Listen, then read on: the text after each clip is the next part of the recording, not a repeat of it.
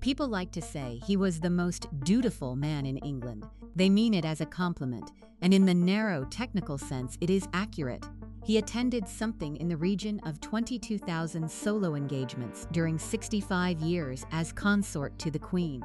He gave speeches to engineering societies in provincial cities, opened hospitals in towns whose names he looked up the morning of the visit, chaired committees on youth development, sat through trade delegations, received foreign dignitaries of varying significance and varying tedium, and walked 2 paces behind his wife at every state occasion from her coronation in 1953 until his retirement at 96.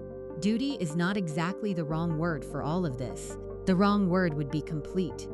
Because alongside that official record there is another one, quieter, more particular, and considerably more interesting, of a man who organized his private life with the same thoroughness he brought to his public duties, who found in the spaces between engagements a world the palace could not officially see, and who was protected throughout by an institution that had calculated precisely what that protection was worth, and had decided the number was acceptable.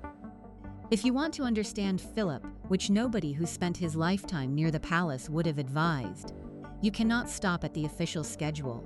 You have to follow him when the schedule ends. The protection began early and lasted long. It outlasted the Thursday Club, which was where it was most visibly required in the 1950s, and it outlasted the specific individuals who needed it alongside him. It outlasted Mike Parker, who departed from Philip's service in early 1957 in circumstances that involved a very rapid resignation, a formal palace denial of marital trouble, and the conspicuous absence of any explanation adequate to the speed with which the matter was resolved.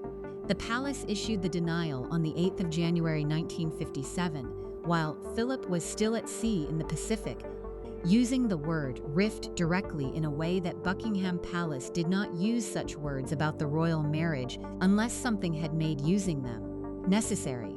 It outlasted Pat Kirkwood, who spent the last 5 decades of her life trying to correct an association she maintained was unjust, without receiving from the one person who could have corrected it the single sentence that would have been sufficient.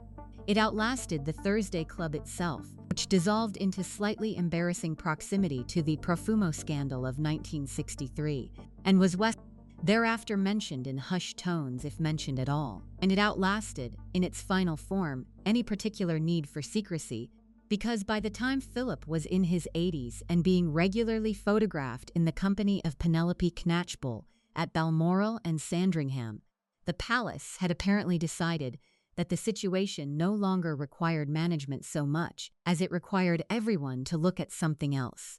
The official explanation for all of this is that there was nothing to explain. The palace's position on Philip's private life was consistent across 7 decades. No comment was available, no comment would be forthcoming, and the question itself was not one the palace considered itself obliged to engage with. Philip's own position was identical and considerably more emphatic. He did not explain himself. He did not offer context. He did not seek to correct impressions that were unflattering. He did not, in 73 years of marriage to the most closely observed woman in the world, give a single interview in which his private conduct was examined, let alone acknowledged. This was not evasion in the anxious sense. It was a considered position, held with the conviction of a man who had concluded that denial was a form of adversement, and that silence was the only response that carried no additional cost.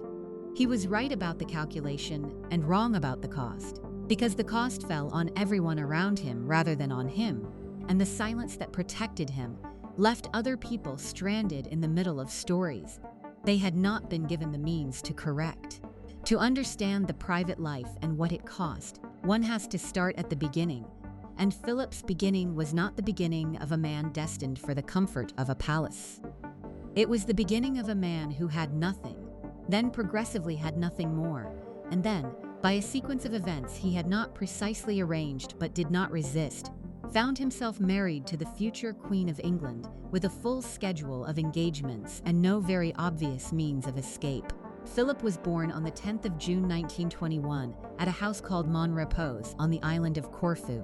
The name means my rest, which is either pleasant or ironic, depending on how one reads the subsequent 80 years.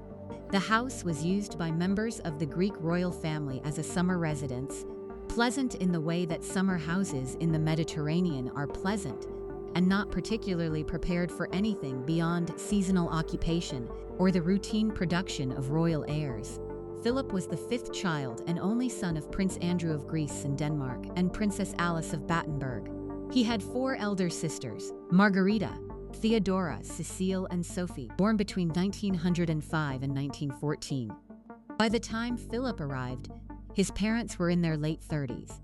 His sisters were between 7 and 16, and the Greek royal family was managing a level of political turbulence that it would continue managing with diminishing success. For the next 12 months, if you're enjoying this deep dive into the story, hit the subscribe button and let us know in the comments from where in the world you are watching from today.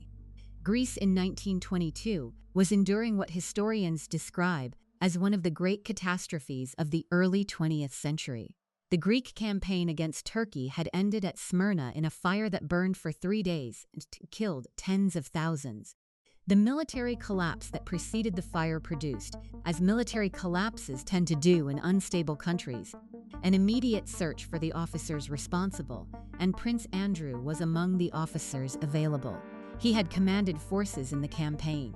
He had not been the primary architect of the defeat, but in a revolution-seeking villains he was sufficiently senior, sufficiently available, and sufficiently without current political protection not to be shielded from what came next.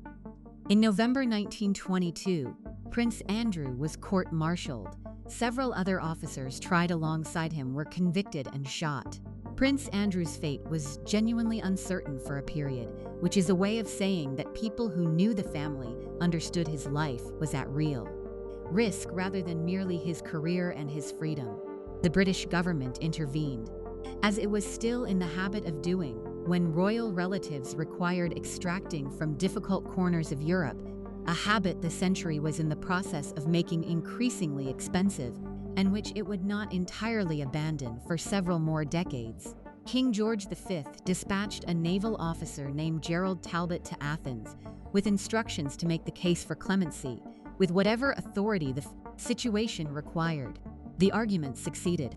Prince Andrew was sentenced to perpetual banishment from Greece rather than execution, which was not a triumph but was materially better than the alternative. In December 1922, the family boarded HMS Calypso, a British warship whose presence in the harbor had been arranged for precisely this purpose, and left Greek territory. Philip was 18 months old. The departure was a genuine evacuation in its pace and manner. The family's possessions were incomplete. Philip was carried aboard in a container improvised from a fruit box, because the speed of departure had not allowed for the conventional transport of an infant. This detail has been told so many times that it has acquired the slightly burnished quality of things that have been repeated longer than most people can verify them. But people who knew Philip in later life confirmed it, and it has the texture of something true, rather than something constructed for effect. He began, in the most literal possible sense, in improvised circumstances on a borrowed ship, thanks to a country he had no connection to, carried by an institution that had just invented its obligation to his family, starting from nothing. This is the appropriate context for everything that followed. The family settled in St. Cloud, in the western suburbs of Paris. The house was comfortable in the modest sense, and inadequate in the sense implied by the nominal status of the people living in it. Prince Andrew had no occupation and no income beyond whatever sympathetic relatives could be arranged to provide, which was sometimes more than the amounts suggested by the family's circumstances, and sometimes less than the amounts required by their style. He was a former royal commander in a country that no longer wanted him, possessing languages, social ease, a record of military service that now stood partly as a liability, and a manner that made him agreeable in drawing rooms but not particularly useful in offices. He was also, as becomes apparent in the accounts of people who knew him during the Paris years, a man of moderate appetite for the practical business of addressing adversity. He was charming, pleasant, genuinely fond of his family in the way that convivial men are fond of people who ask of them enjoyment rather than effort, and not strongly animated by the need to address the practical implications of their circumstances. The western suburbs of Paris in the 1920s contained rather a lot of displaced European royalty, which was not surprising given the political upheavals that had populated the previous decade. The First World War and its political aftershocks had scattered the crowned heads of a continent across the cities of those countries that had survived it with their institutional structures largely intact, and Paris was among the preferred destinations of the displaced grandees. Greek royals, Russian Grand Dukes, Austro-Hungarian archduchesses, Romanian princes of various denominations. They gathered in houses in the elegant arrondissements and in Passy and St. Cloud, and constructed a social world organized around shared recollection of things that no longer existed and carefully cultivated connections to people who might one day help reconstitute them. It was a world of elaborate pretense conducted with great social skill, in which everyone knew that the golden age being described over dinner had never been quite as golden as described, but in which the describing of it served purposes that the acknowledgement of its loss could not serve. Philip grew up in the margins of this world, old enough to observe its texture and its underlying sadness, but too young to have to participate in it, and he inherited from it a fluency in multiple languages and an understanding of the gap between nominal and actual rank that most children of his background did not acquire until considerably later.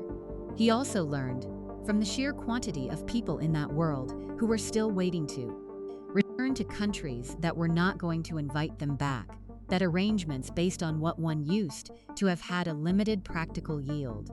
Prince Andrew found, by the mid-1930s, that the arrangement in Paris suited him imperfectly and that Monaco suited him considerably better. He settled there with a French companion named André de Labine, who was described in the accounts of the period with the careful vagueness that the French apply to arrangements they have decided to regard as unworthy of elaborate comment. He and Princess Alice had effectively separated by this point, their marriage having proceeded through the 1920s. With the gradual deterioration of a relationship between people who had married with genuine affection and had subsequently found themselves in circumstances that tested the affection rather severely and produced, in Alice's case, a crisis that made the ordinary difficulties of the marriage temporarily irrelevant by comparison. Prince Andrew died in Monaco in December 1944. Philip was 23 and serving in the Pacific at the time. He learned of his father's death while at sea. He did not speak of it in any recorded forum with the weight that close relationships produce when they end. Both explanations for this are consistent with the available evidence that the relationship had not been close enough to produce that weight, and that Philip did not speak of personal losses in any forum regardless of their weight. Princess Alice was a more complicated case in every direction, and her story deserves more than the subordinate clause it is typically given in accounts organized around Philip's public career. She was the daughter of Prince Louis of Battenberg and Princess Victoria of Hesse, which made her a great-granddaughter of Queen Victoria, a first cousin of the Tsar of Russia, and a figure embedded in the dense network of European royal intermarriage that had produced both the First World War's belligerents and most of its crowned heads. She had been deaf from birth. This was not identified immediately because the medical knowledge of the period was not equipped to diagnose the condition promptly in an infant, and Alice grew into childhood without anyone understanding why she responded to the world differently from the children around her. She eventually learned to lip read in English, German, French, and Greek, a feat that required a level of sustained concentration and practice that cannot be adequately conveyed by a sentence that describes it as merely accomplished. She was a person of formidable intellectual capacity, genuine moral seriousness, and physical courage, qualities that often compound rather than moderate each other, and that produce, in combination, people who are either admirable or exhausting depending on the proximity and the circumstances.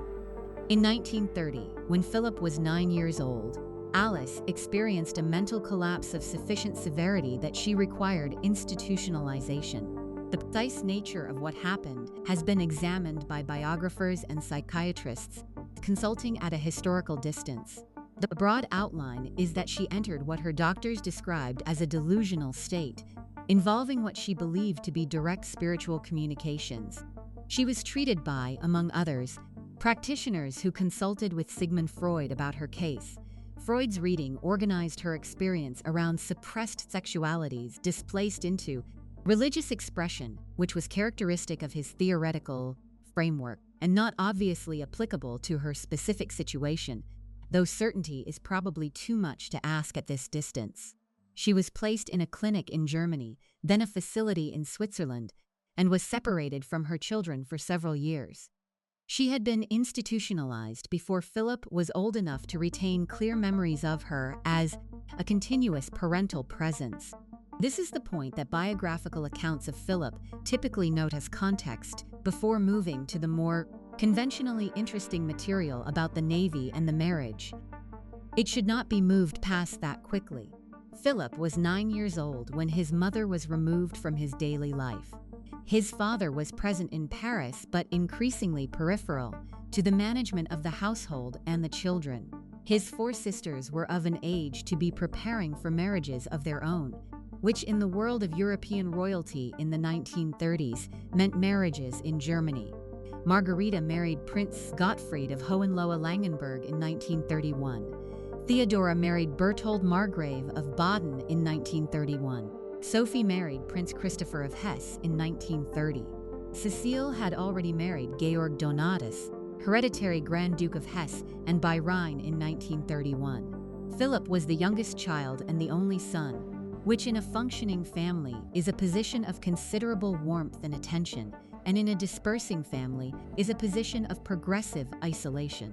He was not parentless in any legal sense. He was parentless in the daily sense, and the difference between those two conditions is something that childhood absorbs rather than consciously processes.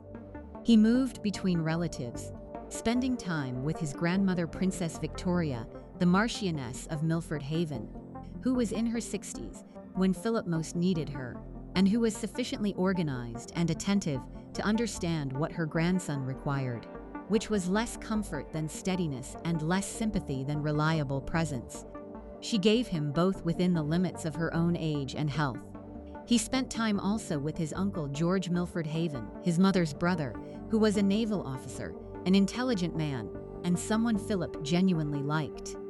George Milford Haven died of bone cancer in 1938. Philip was 17. It was a real loss, which is to say the specific kind of loss produced by the death of someone who has been both guide and anchor rather than merely a relative, and it was received at an age when the cumulative account of available adults in his life was not long. Alice's story did not end with the institutionalization. She eventually recovered her disability to the extent that circumstances permitted. She founded a Greek Orthodox nursing sisterhood and took religious vows, becoming Sister Andrew of the order she established.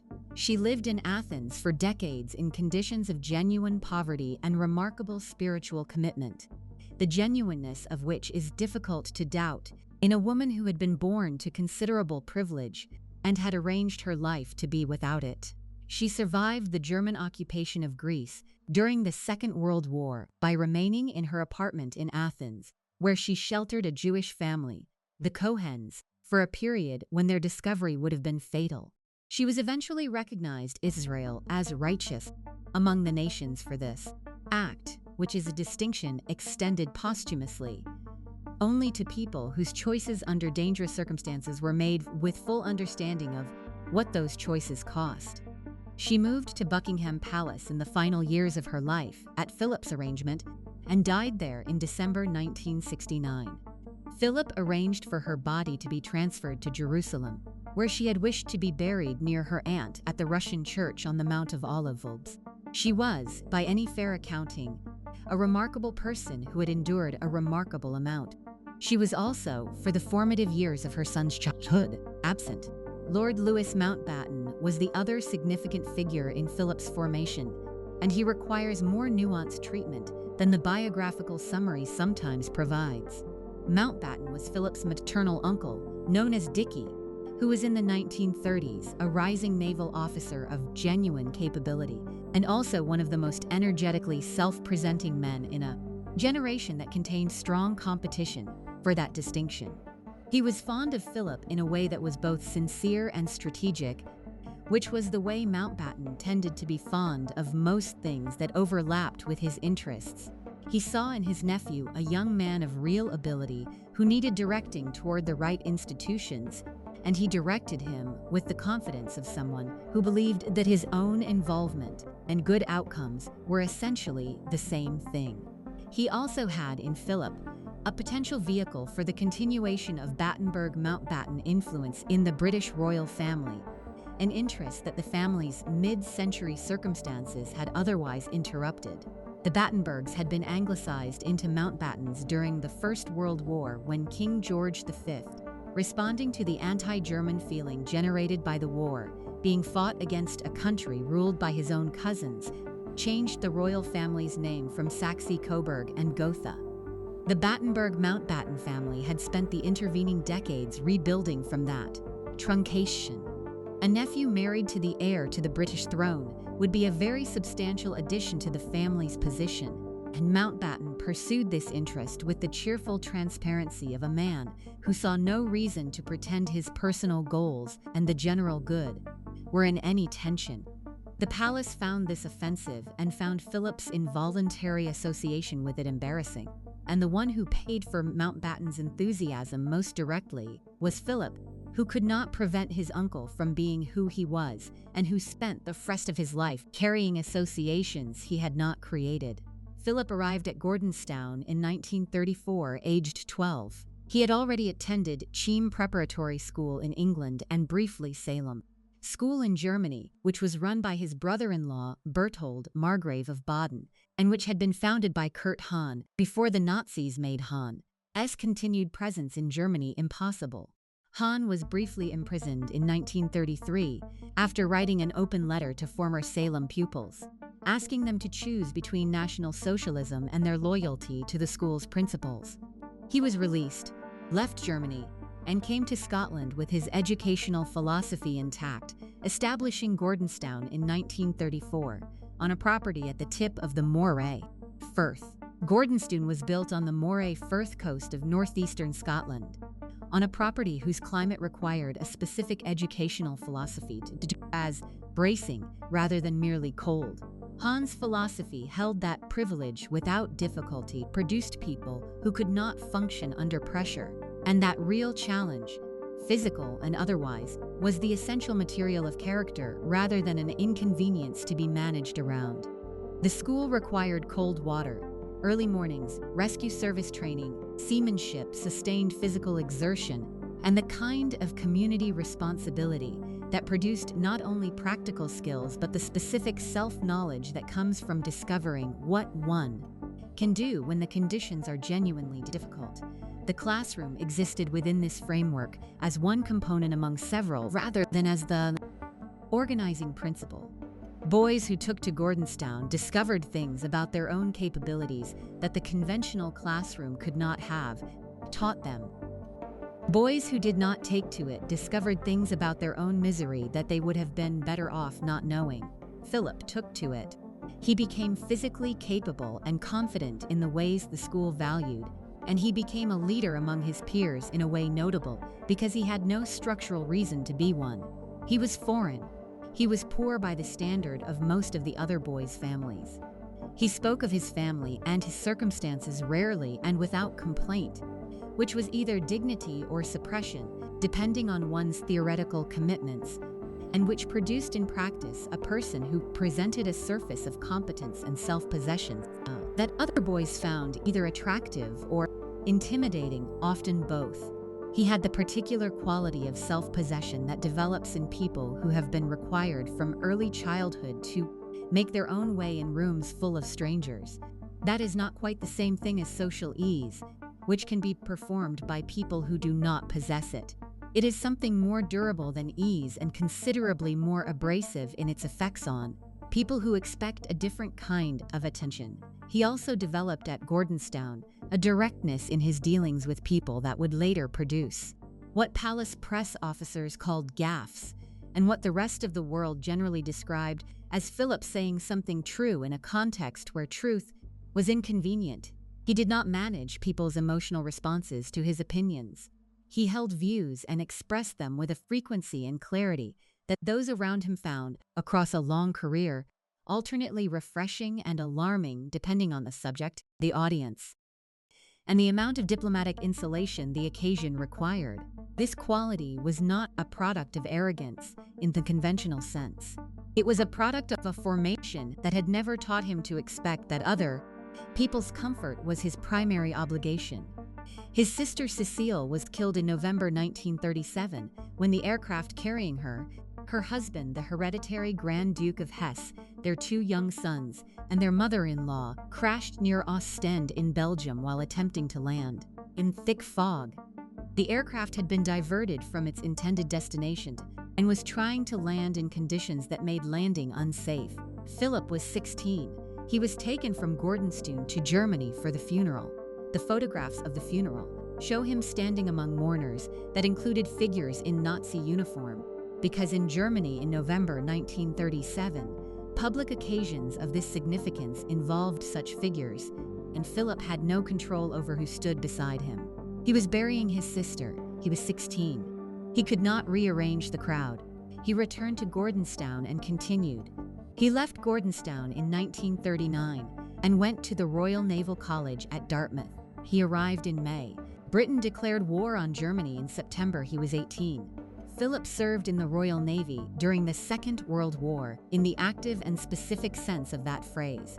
And the specificity matters more than the biographical summary usually suggests.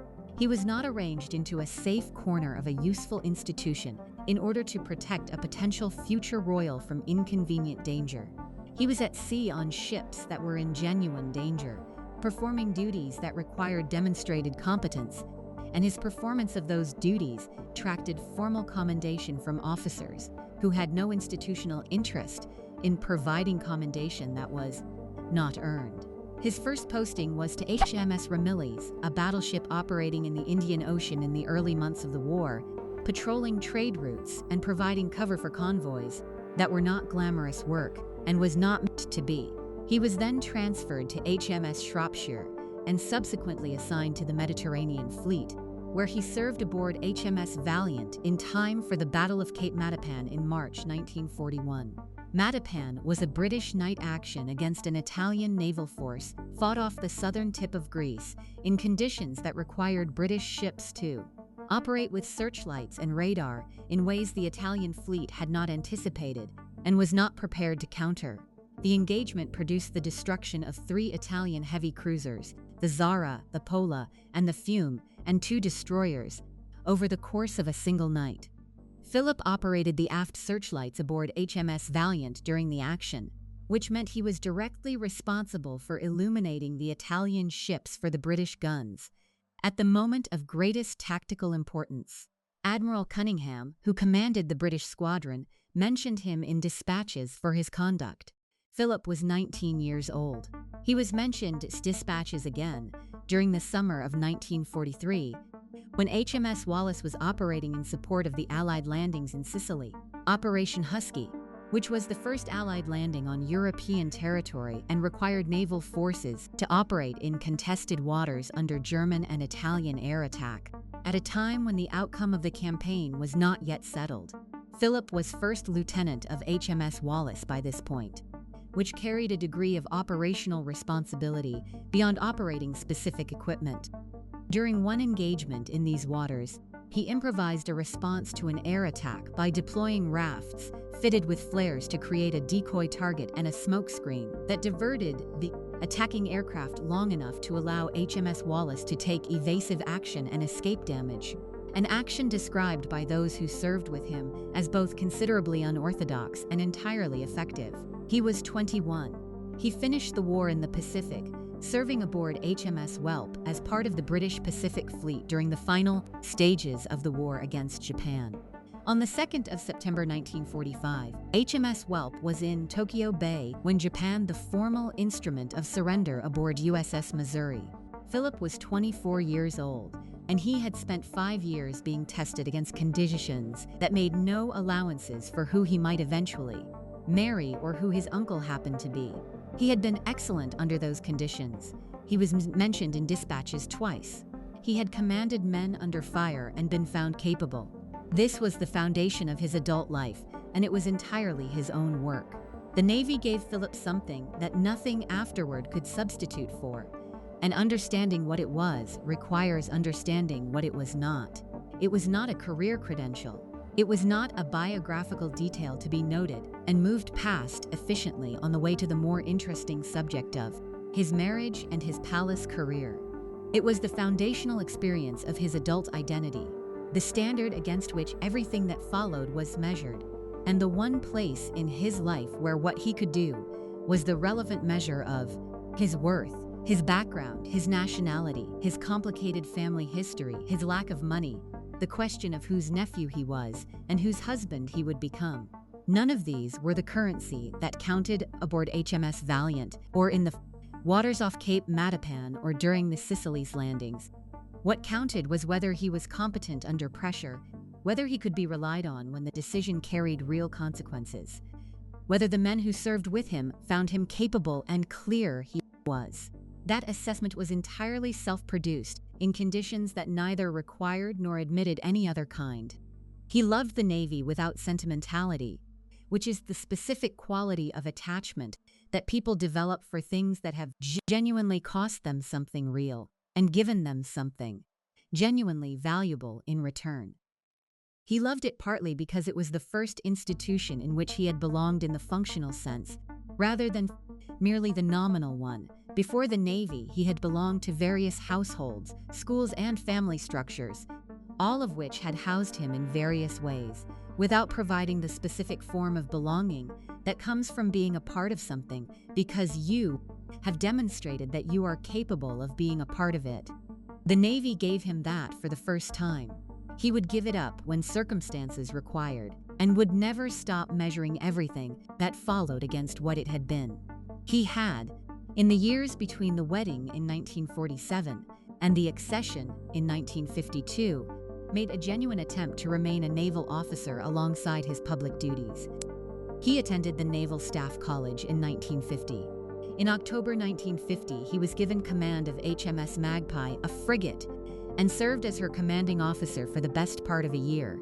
People who served under his command in this period described a captain who was demanding and capable, and who expected from his officers and crew the same level of preparation and commitment that he applied himself. The Magpie won numerous intership competitions during his tenure, a fact that Philip took satisfaction in without making any considerable effort to conceal the satisfaction. He was good at it. It was the last time he was straightforwardly good at something in the way that command of a warship makes straightforwardness available. When George VI died in February 1952 and Elizabeth became queen, the Navy ended. There was no decision to be made, no negotiation to be had. The Queen of England's husband does not command frigates. The transition happened with the speed of institutional logic applied to personal circumstance. He was a naval captain on a Tuesday, and by the Friday he was organizing what it meant to be the Queen's consort on a full-time permanent basis.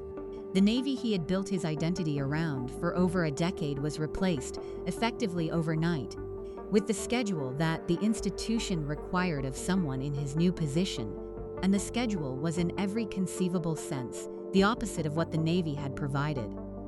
It was public rather than operational. It was organized around ceremony rather than competence. It required him to be present as a symbol rather than active as a commander. It gave him no mechanism for demonstrating capability in the specific terms that the Navy had made available. And it gave him the very kind of deference from the people around him that the Navy had trained him not to require. He accepted all of this.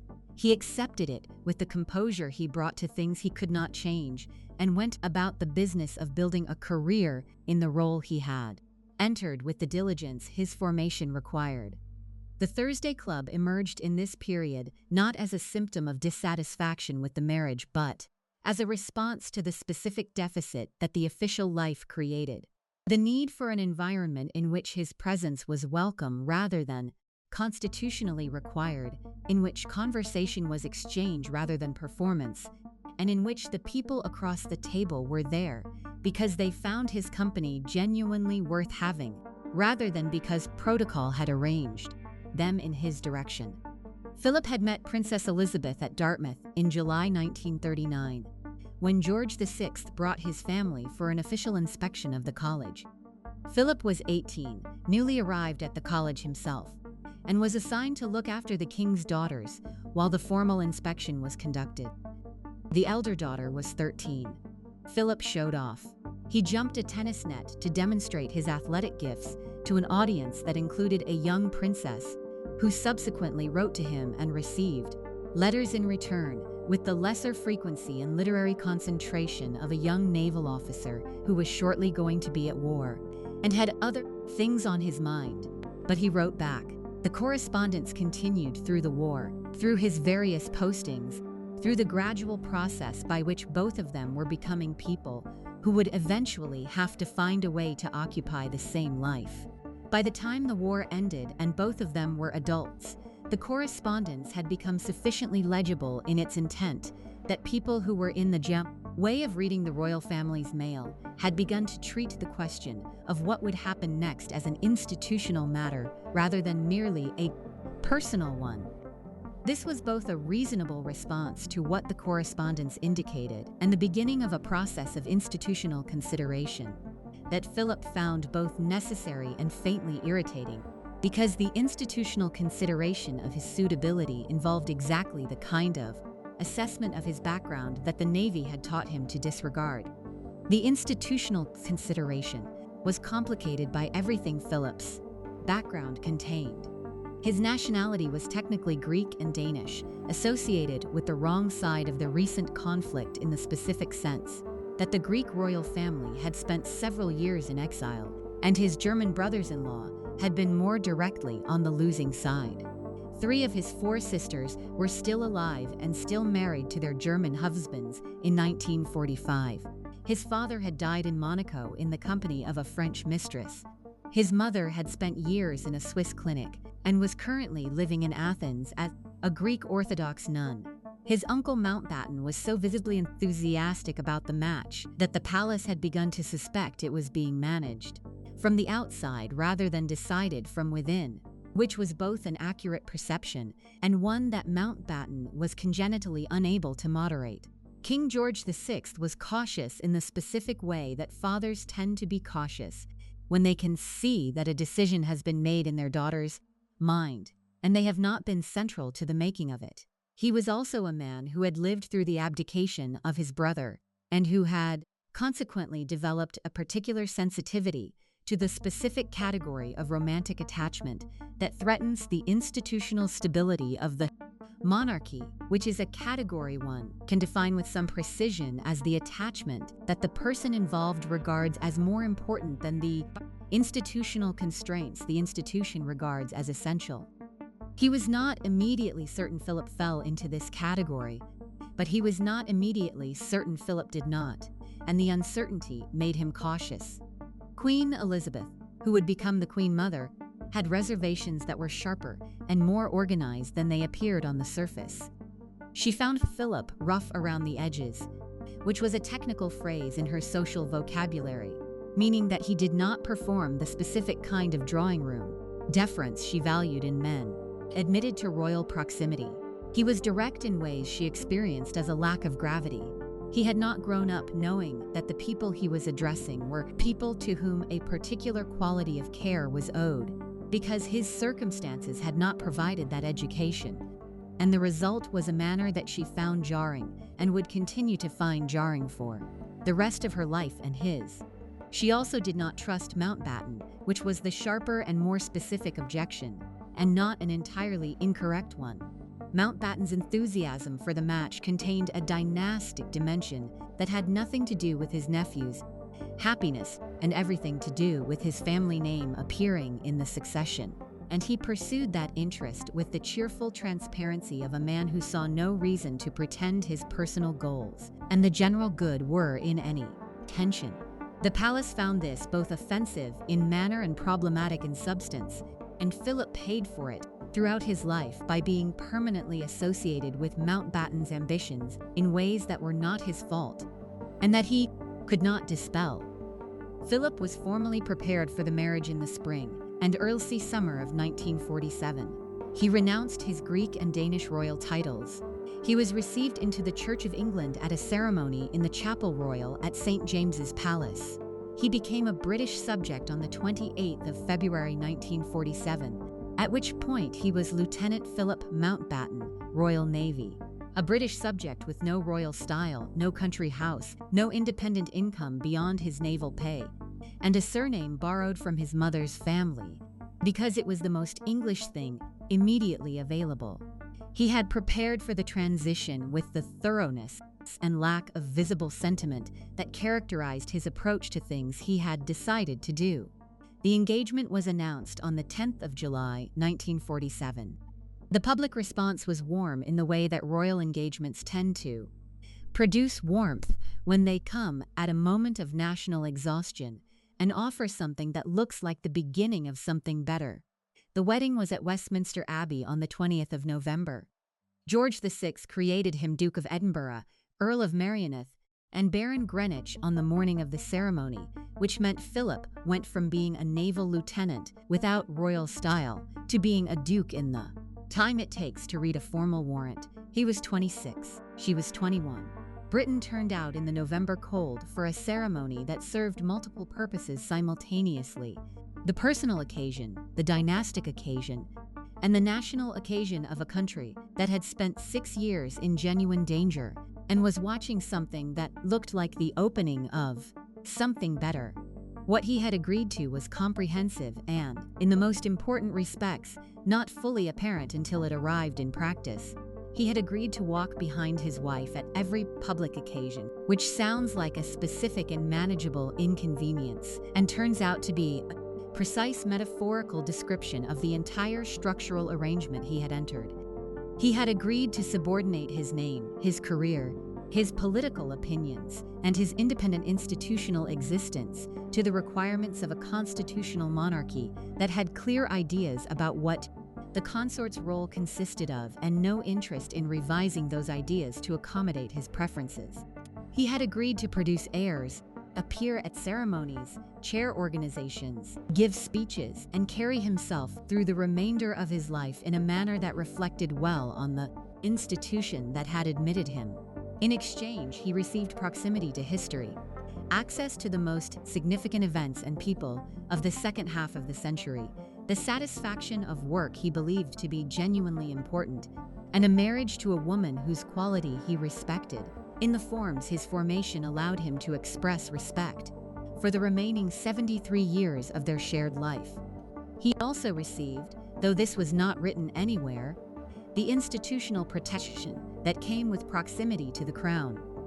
This turned out to be more relevant than it might have appeared on the 20th of November 1947. The name question arrived, before anything else, and established the terms of his position with a clarity that was useful if not comfortable. George VI died on the 6th of February 1952. Elizabeth became queen at the age of 25, while she was in Kenya with Philip and had not yet returned to Britain. The question of what her children would be called, which in ordinary families requires approximately no time to resolve, became in this case a constitutional matter. Philip wanted his children to bear the name Mountbatten. The name Windsor had been adopted by the royal family in 1917, when George V replaced Saxe-Coburg and Gotha with something less conspicuously German at a moment when being conspicuously German was an institutional liability of the most serious kind. The family had been Windsor for 35 years. The palace had no interest in becoming Mountbatten because the consort preferred it. The decision was made by Queen Mary, who was still alive, and whose views on the continuity of the Windsor name were not ambiguous, and confirmed by Winston Churchill and the cabinet. The children would be Windsor. Philip was described by people who knew him at the time as genuinely and persistently angry about this, and he told at least one person that he was the only man in the country who was not allowed to give his name to his own children. The observation was accurate in the literal sense and constitutionally beside the point, and the gap between those two positions was one Philip occupied for several years, with a temperature that made his feelings apparent without requiring explicit statement. A partial resolution arrived in 1960 when the Queen declared that descendants of the family who were not entitled to the style of Royal Highness would carry the hyphenated name Mountbatten-Windsor. Philip treated this as less than satisfying. The palace treated it as settled. This is a common palace mechanism for resolving things that cannot actually be resolved, declaring them settled and waiting to see whether the other party has the institutional leverage to reopen them. Philip did not, and the name question remained a closed subject that was also a permanently open wound. What the name argument established, with a clarity that nothing before it had matched, was the fundamental structure of Philip's position within the family and within the institution. His preferences were not the relevant measure of decisions that touched on the monarchy's continuity and presentation. This was neither surprising nor unfair as a constitutional principle, and it was both from the perspective of the man living inside it. The distinction between those two assessments would inform the rest of his professional life. The early years of the reign were the years in which the shape of that professional life became fully visible, and what it looked like was not, for Philip, what he would have designed. The official schedule was organized around what the institution required rather than what he might have preferred, which is a condition he shared with many people in many occupations, and that tends to be managed more or less comfortably depending on whether the occupation offers, alongside the requirements, something that feels like genuine purpose. Philip found genuine purpose in the work, partly. The Duke of Edinburgh's Award, which he launched in 1956, was the project through which his Gordonstoun formation found its most comprehensive and durable public expression. He had been thinking about the relationship between challenge and character since his own school years, and had watched Hahn's methods produce specific results in specific kinds of young people. The award applied that framework to a wider population, a physical section, a skills section, a service section, and for the higher levels, an expedition. It reached over the decades millions of young people across more than 100 countries, and Philip followed its operations with the kind of engaged interest that distinguished his genuine commitments from his ceremonial ones. He gave it time, gave it money, and asked questions about whether it was actually working rather than merely appearing to work, which was the practical test he applied to everything he cared about. Alongside the award, he chaired organizations, gave speeches, represented the country in industrial and scientific contexts, and carried out the general operations of a consort's schedule with a dedication that his staff found genuine rather than performed. He prepared his briefs. He engaged with the subjects rather than skating across the surface of them. He was, in the specific terms of the work, good at the work. That was not in question. What was in question, and what the Thursday Club and the private social world addressed, was a different deficit. The official schedule was, in its daily texture, an experience of being the most important person in a series of rooms, which is a condition that tends to produce a very particular quality of isolation. The people who arranged to meet Philip in those rooms had organized the meeting around his presence rather than around a mutual interest. They were, whether they intended it or not, performing in relation to him rather than simply existing in relation to him. They were interested in what he would think of what they were doing. They were concerned about his reactions. They were, in the social sense, pointed at him. This is a natural consequence of his position and was not anyone's fault, but it produced, when multiplied across 22,000 engagements, a form of social experience that was the opposite of natural human exchange. Philip was also, during these years, managing the specific conditions of marriage to a reigning queen, which had no handbook and no precedent adequate to the modern version of it. The consort to a reigning queen in the British constitutional system was in 1952, a category for which the last relevant historical example was Prince Albert, who had died in 1861 and whose model involved a degree of formal influence over the sovereign's official work that was not going to be replicated for Philip. He was not going to be the equivalent of Albert.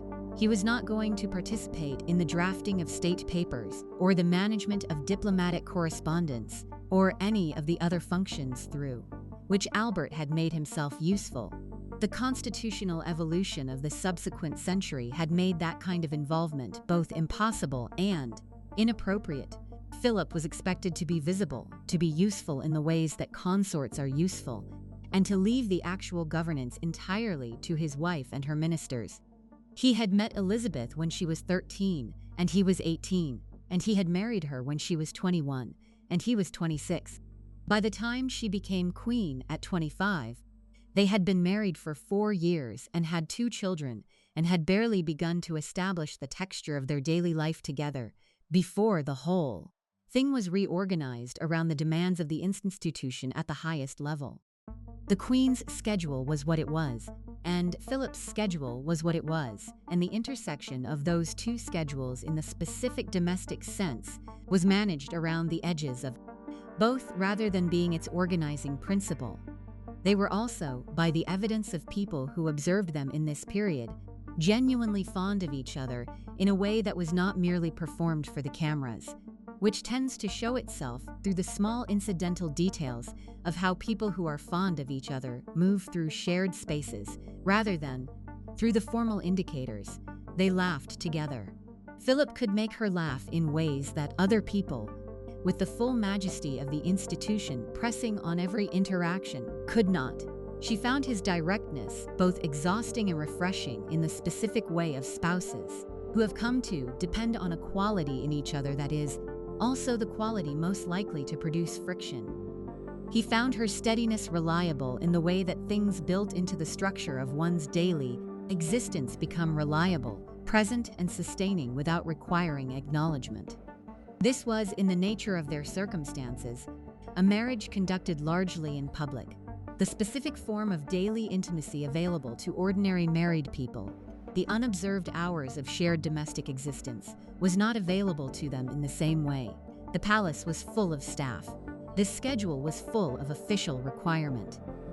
The space between the public performance and the private person was smaller than it would have been in any other configuration of their lives, which placed specific and unusual demands on whatever existed between them.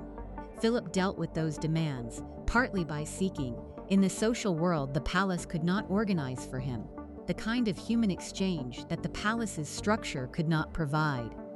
Elizabeth dealt with them differently and more comprehensively, invisibly. The Thursday Club met at Wheeler's restaurant in Old Compton Street in Soho every Thursday evening, beginning in the late 1940s and continuing through most of the following decade. Wheeler's was a fish restaurant of genuine quality in premises that were not grand, which was either the point or a consequence of the point, depending on how one read the membership. It occupied a room in the heart of Soho, which in the 1950s was not the sanitized entertainment district. It would eventually become but a genuinely cosmopolitan neighborhood of artists, journalists, theatrical figures, exiles from various countries, and the varieties of bohemian life that accumulate in cities around the streets the respectable prefer not to examine closely. The area had been a center of refugee intellectual life during the war, when various European talents had fetched up in the streets around Soho and Old Compton Street and produced a concentrated culture of conversation, argument, good food, bad behavior, and the specific density of wit that gathers in places where people have nothing to lose by being honest. By the 1950s, that wartime intensity had settled into something more comfortable but retained its character. The membership of the club was not defined by formal rules. There were no minutes, no membership cards, no constitution. What there was a gathering of people who met regularly, ate well, drank steadily, and operated according to the shared understanding that the room was the business of the people in it and nobody outside it. This principle was maintained by the participants rather than by any institutional enforcement, which meant it depended on the shared understanding that discretion was in everyone's interest, and that the presence of Philip, Duke of Edinburgh, at the table was simultaneously the club's most significant attraction and the most compelling reason for collective silence about what the table produced. The social architecture was provided by Baron Nahum, known without exception as Baron, who was in the 1950s the most sought-after social photographer in London, and a man of extraordinary social range.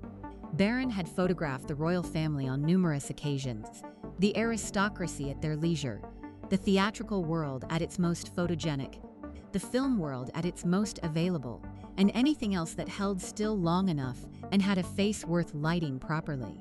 He moved between these worlds with the ease of someone who was genuinely talented at his core professional function and genuinely interested in people as a secondary pleasure. He was also, by every account of people who spent time with him, magnificent company in the specific way of men who make other people feel more interesting than they had supposed themselves to be. That is a social gift more substantial than charm alone and considerably rarer, and Baron possessed it in full measure. He could enter a room and improve its energy within minutes, a quality that the palace, whatever its other gifts, could not reliably provide. Baron and Philip had become friends in the way that people who make each other's daily existence more manageable sometimes become friends. Rapidly, without the intermediate stages of progressive revelation, moving directly to mutual confidence. Philip needed someone who could arrange evenings that bore no relationship to state occasion, that involved people who were talking to each other rather than to him, and that took place in environments where his presence was welcome without being the event. Baron needed someone whose presence made any gathering feel like the gathering worth attending rather than one gathering among several. The arrangement was useful to both and was conducted with enough genuine warmth that it produced real friendship rather than merely convenient proximity. Baron died of a heart attack in November 1956 at 50 years old. Philip lost in him the person who had done more than anyone to make the social world he needed into something that actually existed and functioned, and the loss mattered as such losses matter. If you find this story engaging, please take a moment to subscribe and enable notifications. It helps us continue producing in-depth content like this. The membership at various points included Peter Ustinov, who occupied Thursday evenings at Wheeler's with the conversational energy of a man for whom performance and existence were not separable activities, and who could by multiple accounts maintain a table of intelligent adults in something approaching continuous amusement for several hours without visible effort. Ustinov was in this period at or near the peak of his fame as an actor and writer, which meant he was socially desired everywhere and could have spent his Thursday evenings in any of several more dignified or more remunerative settings. He chose Wheeler's, which is its own kind of commendation. There were journalists from the major papers, men who understood that their presence at a table where the Duke of Edinburgh ate fish on Thursday evenings was a form of access that carried corresponding obligations of discretion, and who found the trade entirely acceptable given the alternative, which was not being there. There were artists and film people and writers and various others whose connection to any tidy social category was loose enough to make their presence in a Soho dining room feel natural rather than arranged. The atmosphere at these evenings has been described by people who attended them in the guarded language of people describing something they enjoyed and that they understood, while enjoying it, to require protection. The humor was ribald, which was the social currency of men of that class and generation, gathering in an environment deliberately free of the restraints the rest of their professional lives required. The stories loosened as the evening progressed. The specific content of what was said and done moved through registers that the participants were disinclined to specify in their accounts, for reasons that were both obvious and sensible. For Philip, the specific value was the absence of any relationship to official position. He was not consort at Wheeler's, not walking behind anyone, not performing the particular kind of professional attention that the official schedule required him to perform for people he had generally never met before and would generally never see again. He was a man at a table with other men who found his company worth having rather than his title worth attending to. That was a sufficiently different experience from his daily existence to constitute something close to relief, and he organized his access to it with the regularity of a man who understood that it was not available in unlimited supply. Among the extended social world of the club and the people who attended it, or who moved in the same territory, was Stephen Ward. Ward was an osteopath with consulting rooms in Cavendish Square, whose practice had accumulated a patient list drawn from the titled and powerful, less because of any particular clinical distinction than because Ward was an extraordinarily effective social operator who had understood early that the most reliable path to social eminence for someone of his background and resources was positioning himself as agreeable to important people while simultaneously making important people available to people who wanted to be near them. He understood that this was a service with value on both sides of the introduction, and that the person who provided the introduction acquired, through the provision, a social standing that the introduction itself could not formally convey. Ward was also a gifted draftsman who produced portrait sketches of the people he moved among, good enough to exhibit and specific enough to be recognizable as the subjects rather than as generalizations in pencil. He was charming in the specific way of people who have decided that charm is a professional tool and have practiced it accordingly, which produces a version of charm that is more effective than the naive variety, while also being, to people who look at it carefully, slightly more transparent. He was not principled in the way that allows a person to maintain consistent positions across different kinds of social world because his social world required him to be in front world simultaneously, and principled consistency would have limited his access to several of them. Ward would become, in 1963, the central figure in the Profumo affair, the scandal that connected John Profumo, the Secretary of State for War, a Soviet naval attaché named Yevgeny Ivanov, a young woman named Christine Keeler, who had known both of them, and a network of social arrangements that the establishment had found it convenient not to examine for the preceding decade and more. Ward had been providing young women to men of influence and influence to young women with some regularity, and when Christine Keeler's simultaneous connections to a government minister and a Soviet naval officer became public, Ward was the figure through whom the network was visible. He was prosecuted for living on immoral earnings. He was convicted. He died of a drug overdose the morning the verdict was delivered, before he could be sentenced. His acquaintances in the established worlds of journalism, politics, and the court found themselves briefly and uncomfortably adjacent to things were not eager to be associated with when his position collapsed. Philip's connection to Ward through the Thursday Club's social territory was a connection of proximity rather than any established participation in what Ward was specifically running. They had been in the same rooms, at the same tables, in the same social world. That was, in the event, quite enough to require institutional management. Philip's name appeared in none of the direct Profumo coverage in ways that required explanation. The Thursday Club was described in tones suggesting a minor bohemian dining club of no particular consequence. This description was not entirely accurate, but it was the version allowed to stand, which in palace terms means it was the version.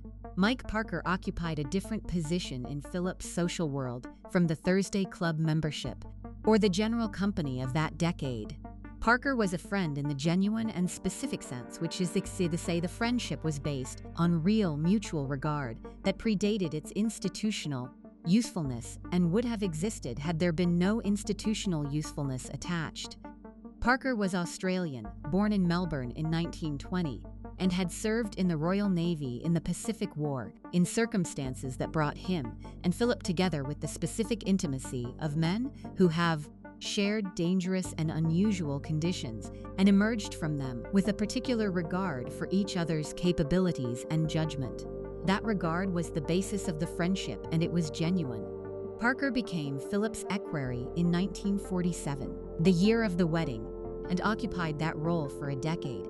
The equerry to a senior member of the royal family manages schedule, travel, correspondence, and the daily logistics of a life conducted mostly in public. The role requires absolute discretion about everything the principal does, official and otherwise, which means the equerry knows considerably more about the principal's actual daily existence, official and otherwise, than almost anyone else, and is professionally required to maintain complete confidentiality about all of it. Parker knew what Philip did on the evenings not covered by the official schedule. He arranged a significant proportion of those evenings. He was also, during these years, managing his own social life with an energy and independence from domestic expectation that was not unrelated to the world he was facilitating for his employer. His marriage to Eileen Allen, contracted in 1943, was proceeding through the stages of a relationship between two people who had married under wartime conditions and discovered in peacetime that they had different ideas about what married life was supposed to consist of, with the steady momentum of things that have been allowed to proceed along those lines for too long to arrest without a formal decision. The specific incident most reliably attached to Philip's private life in the early years of the marriage, because it acquired a name and a date and a location rather than remaining as general rumor without particular attachment, took place in 1948 and involved Pat Kirkwood.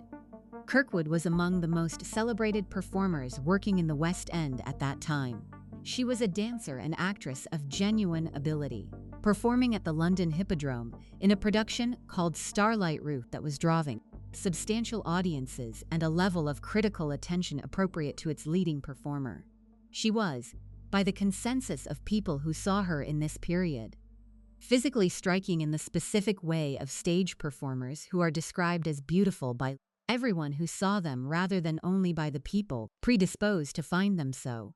She had genuine theatrical gifts and a career built on the combination of physical confidence and professional intelligence that produces performers.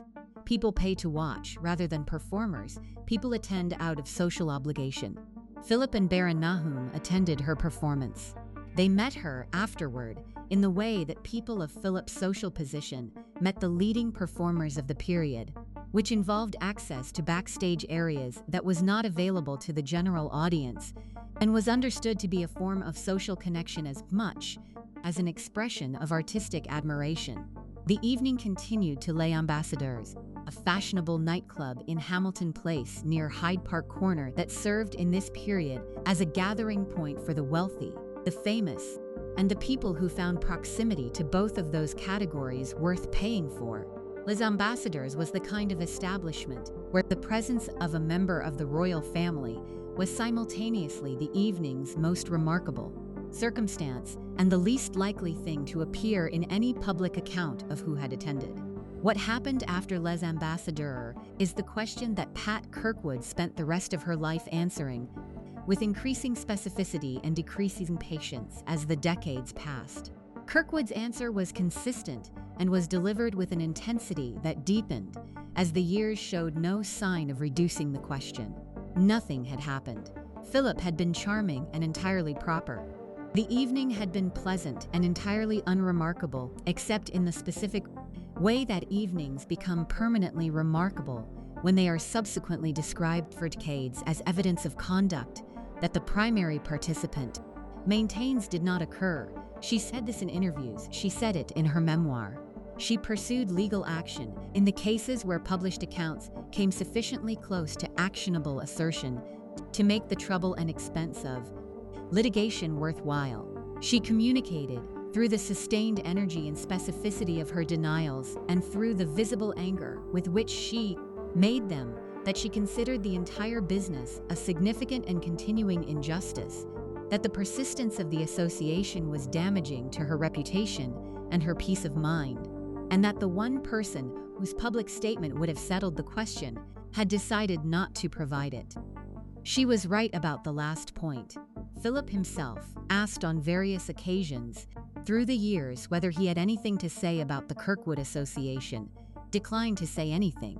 This was consistent with his general position on all questions relating to his private life, which was that the questions were not entitled to answers, and that engaging with them in any form, including denial, dignified the inquiry beyond what the inquiry deserved. The palace's response was the palace's standard response, which was no response at all. The problem with this approach, understood from Kirkwood's position, was that it was not her approach, and she had not been given the option of adopting it. She was not protected by the palace's institutional machinery. She was not in possession of the title and position that transformed Philip's unanswered questions into subjects the press found it more valuable to leave alone than to press. She was a working actress whose professional reputation was being permanently colored by an association she maintained was false and that she could not correct, because the one person capable of correcting it had calculated that the correction cost more for him than the silence cost for her. The disproportion between what she carried and what Philip carried in the same story was not incidental to the arrangement. It was the arrangement's defining feature. Kirkwood died in 2007, having never received the simple public statement that would have settled the question. The palace made no statement at her death. Hélène Cordet was a different kind of case, with the additional dimension of being someone Philip had known since childhood rather than someone encountered by arrangement or circumstance. She was Hélène Fufuni, with whom Philip had been friends in Paris during the Paris years of his adolescence, when both their families were managing versions of European displacement in the same general neighborhood of the western suburbs. They had known each other as children in the way that children are friends when their parents move in overlapping circles, and there are not many other children of similar background and similar circumstance nearby. The friendship was not the product of calculation or of any particular design. It was the product of proximity and compatible temperament in the specific circumstances of the displaced European royalty world of 1920s Paris. Hélène eventually came to London. She married briefly, had children, and eventually ran a fashionable nightclub called the Saddle Room, which placed her at the center of the social world that intersected consistently with the world Philip was navigating throughout the 1950s. London in the 1950s was a city of overlapping social circuits, and the circuits in which Hélène moved and the circuits in which Philip moved were adjacent in ways that made regular contact natural rather than arranged. Philip was godfather to Helene's two children, a son named Max and a daughter named Louise. They carried the surname Boiseau from Helene's brief marriage to a man named Marcel Boiseau. The question of the children's paternity had been, in London society throughout this period, one of those questions asked in corners after sufficient drinks, and answered with a shrug or a raised eyebrow or a significant pause rather than with any specific evidence. Hélène had the opportunity, in a biography published well after the period in question, to name the children's father directly and settle the question in terms that would have allowed it to be dismissed rather than sustained. She chose to arrange her language around the question in a way that preserved its ambiguity rather than resolving it. This was a choice, and choices of this kind in these contexts are made for specific reasons. Philip never addressed the question publicly. The palace never commented. Max Boiseau, the son, became an academic researcher of some distinction, working in organizational complexity and knowledge management, and died in 2011. Neither he nor his sister Louise appears to have made public statements on the question. The question remained where it had always been, in the register of things that could be asked but not established, in terms that would have made the asking unnecessary. The broader landscape of Philip's social life through the 1950s was, in the most honest description, the social life of a vigorous and energetic man of considerable physical appeal and considerable institutional protection. The palace's cover was real and comprehensive. When Philip attended a social event, the event was by definition respectable, and what happened within it was protected by a combination of staff loyalty, press calculation, and the institutional machinery of the palace in ways unavailable to private individuals of equivalent inclination. He was also separated from his wife, by the demands of their respective roles more consistently than most conventional marriages of the period would have accommodated. The Queen had a working schedule organized around the requirements of the institution rather than personal preference. Philip had an equally demanding schedule of official engagements that frequently sent him in different directions. They were not, in the first decade of the reign, managing their life together in the quiet domestic proximity that the palace's public imagery sometimes implied. They were two very busy people in a very large building, managing the relationship between their private roles and their public ones, without a shared template and with a great deal of institutional expectation pressing on both of them simultaneously. There were other women named in various accounts over the decades, actresses, socialites, society figures of various kinds whose connection to Philip was asserted with varying levels of specificity and varying levels of evidence. The palace's response to each of these was the palace's consistent response, which was nothing. Philip's response to each of them was Philip's consistent response, which was nothing. The institutional silence was so comprehensive and so consistently maintained that it became, over time, more a feature of the landscape than a response to any particular question. It was simply what the palace did on the subject of Philip's private life, and it did it with a consistency that was itself a form of policy. What the silence protected is the part of the story that can be established through inference and observed pattern rather than through confession or documentation. There was a private life. It occupied the spaces between the official one. It included social worlds and social relationships that the official schedule did not. The palace managed it rather than preventing it, which is a distinction that matters enormously to everyone involved, and that requires, to be sustained over decades, a very specific kind of institutional commitment.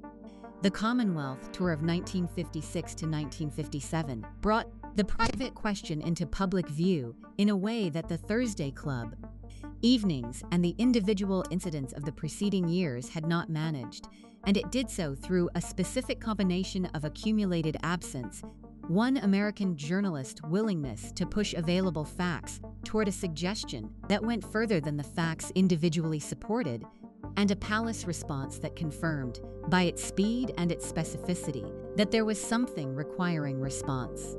Philip departed on the 15th of October 1956 aboard the Royal Yacht Britannia. The stated purpose was a Commonwealth tour organized primarily around opening the Antarctic base established for the Commonwealth Trans-Antarctic Expedition, which was the project being led by Vivian Fuchs toward the first overland crossing of the Antarctic continent, with Edmund Hillary's party approaching from the New Zealand side. Philip was genuinely interested in this undertaking. He was not performing enthusiasm for polar science as a duty. He found the expedition engaging in the way that an active and intellectually curious man finds work that takes him somewhere categorically different from the schedule of a consort's official life engaging, and the Antarctic stop was, by accounts of those who accompanied him, one of the occasions on the tour when his engagement was most visibly genuine. The Antarctic stop was followed by a passage through the Pacific Islands, then to the Cocos Islands, then to Australia and New Zealand, then through various other Commonwealth territories. He would be absent from Britain for 4 months, which was not unprecedented in any technical sense, but was 4 months. The Suez Crisis erupted 10 days after Philip's departure, on the 29th of October 1956, when British and French forces attacked Egypt in coordination with Israel following Nasser's nationalization of the Suez Canal. The crisis ran through November and ended with the Anglo-French withdrawal under American pressure in circumstances that were understood immediately and would be understood for decades afterward as a definitive demonstration that the era of unilateral British military action in other countries' affairs had concluded, expensively and embarrassingly. The humiliation was total in the specific sense that the withdrawal was not the product of military defeat, but of the Americans saying no, which was a clarity of dependence that the British establishment had not previously been required to confront in such unambiguous terms. It happened while the Queen was managing the constitutional and political consequences in London, including the fall of Anthony Eden, and her husband was sailing through the Pacific toward Antarctica. Philip did not return early. There was no realistic mechanism by which he could have contributed to the management of the crisis. He was not a politician or a minister. He held no executive function.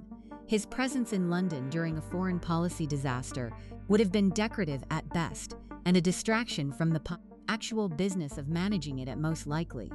He continued the tour. This was correct in every institutional sense and was observed by those already inclined to find significance in the length and character of his absence as confirming something they had been noting for some time. During the tour, Philip and Parker moved through Australia, New Zealand, and the various Pacific territories with the combination of official engagement and non-official time that extended voyages on the royal yacht permitted. The yacht was, in this sense, one of the more unusual institutional accommodations available to a member of the royal family. A self-contained world that traveled, that had a staff and a social structure organized around Philip's preferences rather than the palace's, and that was far enough from London to operate with a degree of independence from the daily institutional oversight that Buckingham Palace otherwise provided. What happened during the non-official periods of the tour is not a subject on which the documentary record is complete. Parker's situation had been deteriorating along lines apparent to those close to him for some time before the tour began.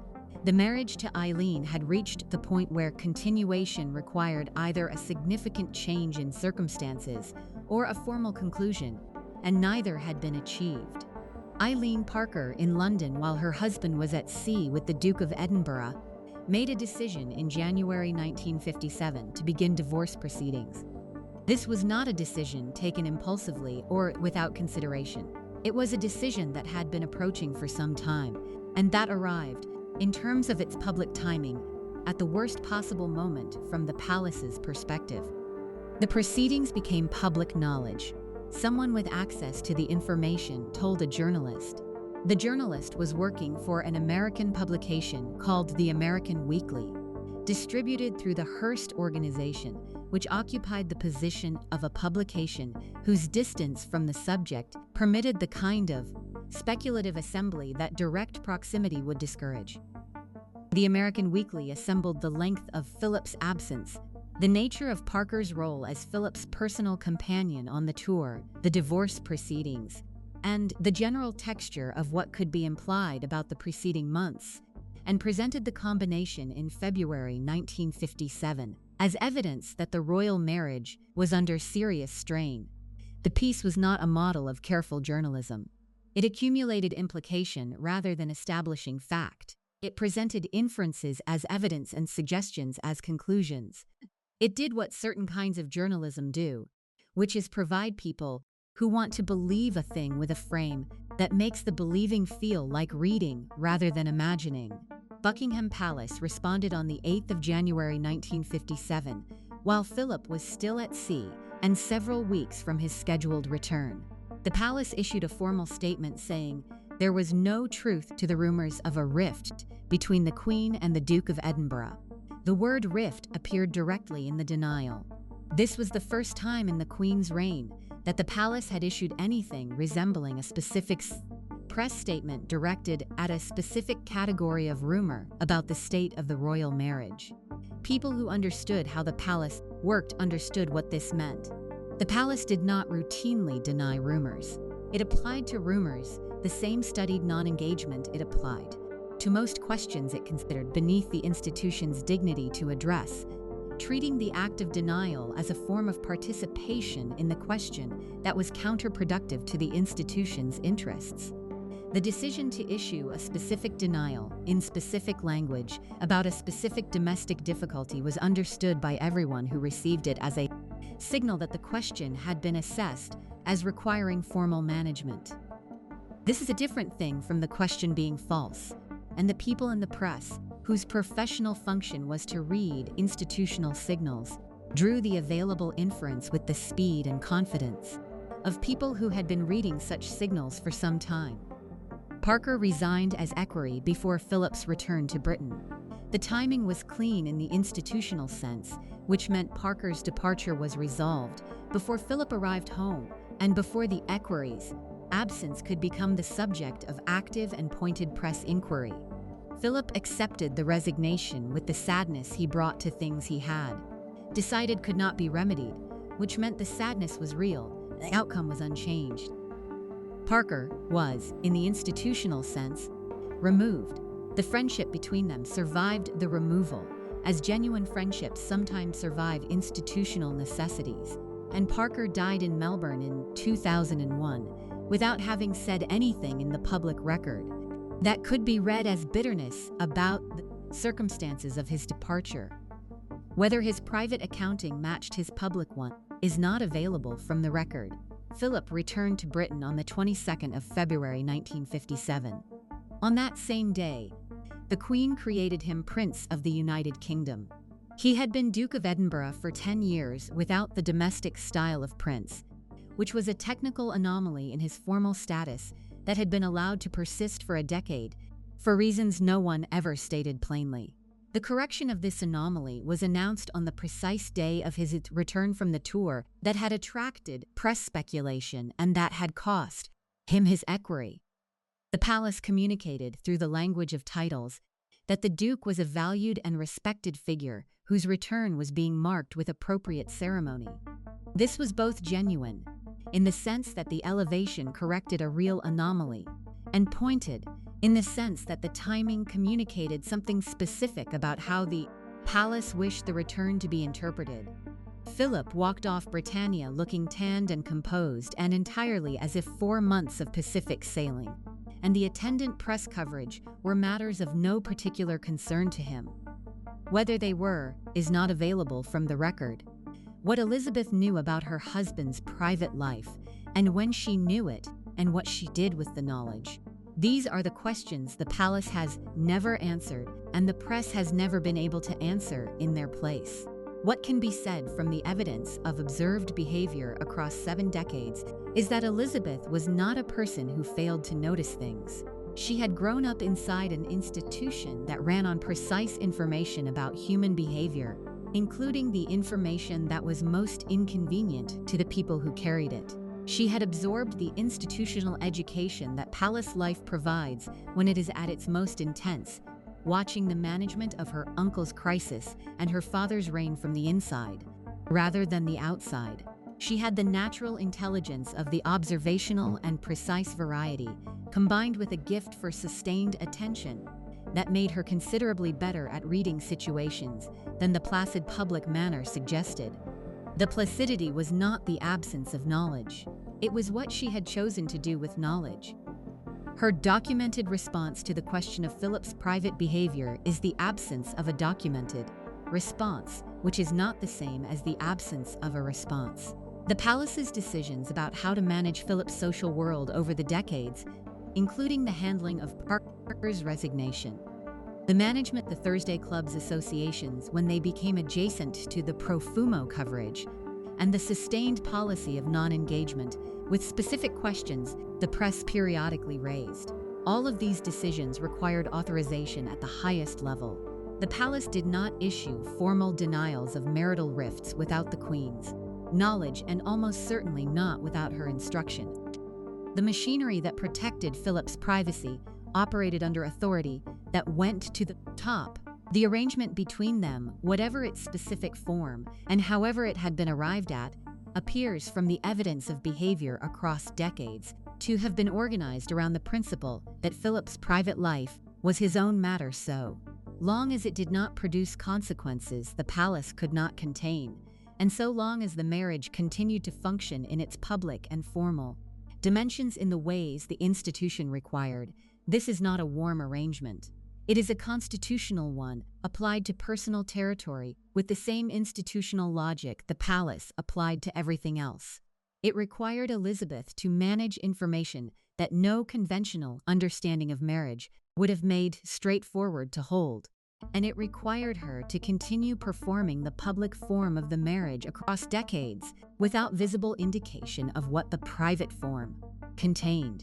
She did this with a steadiness that people around her described as magnificent, and that was, on the evidence, one of the most sustained performances of composure in the modern history of the British monarchy. Those who knew her well in this period described a woman who did not discuss her marriage private dimensions with anyone, including people close to her, in any way that survived into the available record. She managed the question by not engaging with it in any human setting where it could be observed. If she spoke to Philip about what she knew or suspected, the record of those conversations has not been made available. The composure was real and was not faked, but composure is not the same absence of pain, and the extent to which the composure was costing her, rather than merely expressing her, is one of the hardest questions about Philip's life that the palace never had to answer.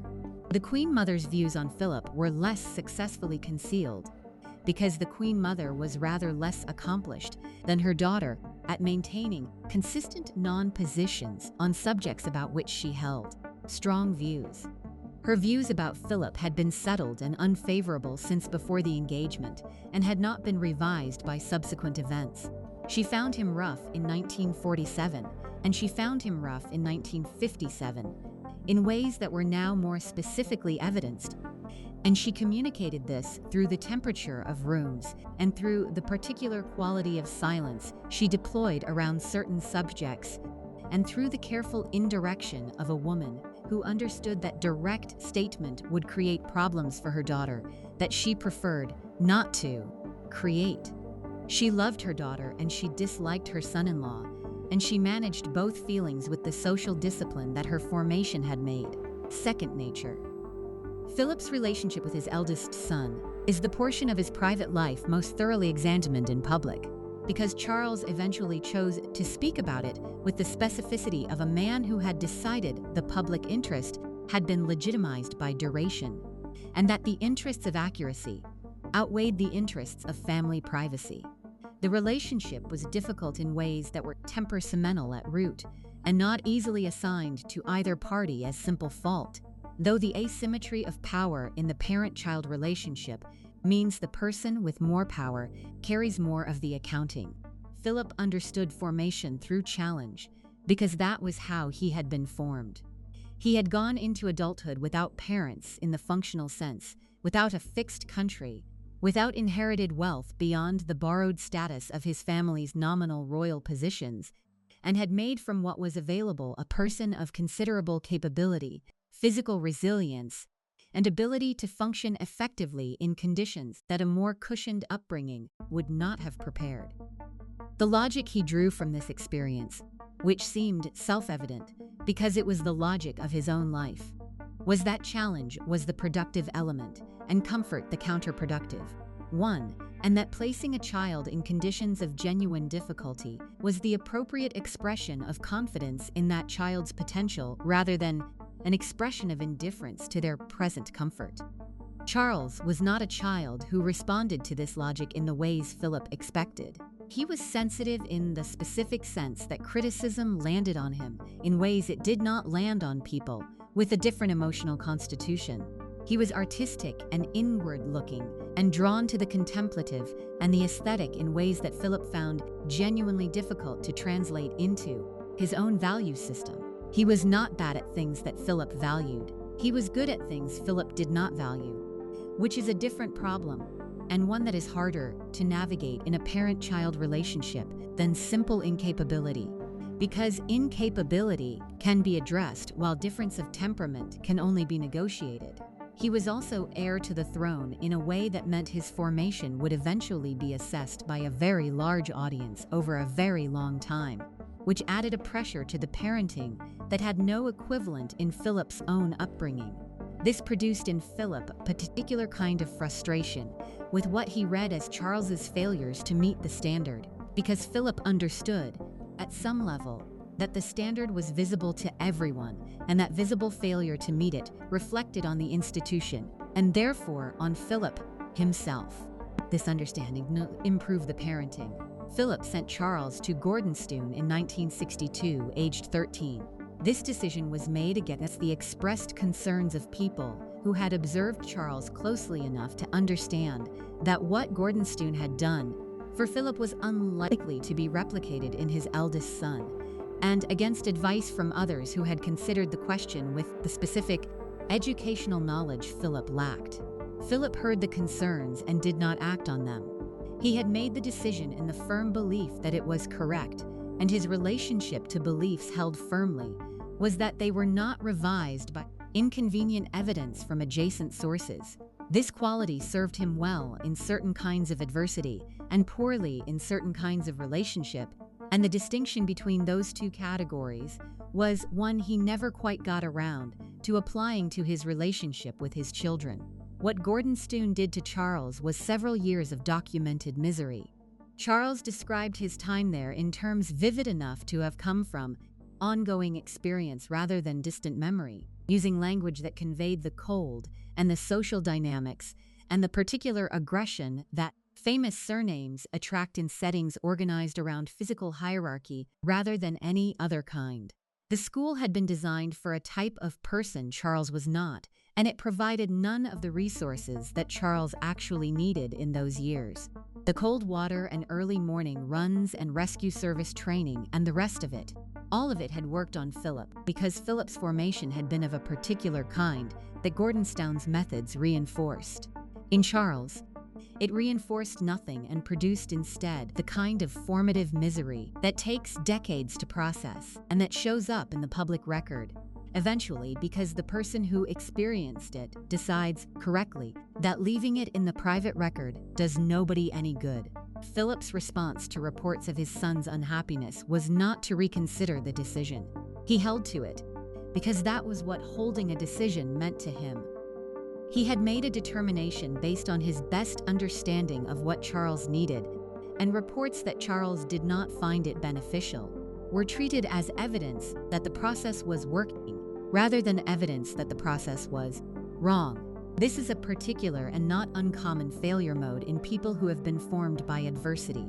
They come to believe that resistance to difficulty is itself the sign of weakness, that the difficulty is supposed to address, and that the reported misery of someone encountering difficulty is confirmation of the treatment, rather than evidence against it.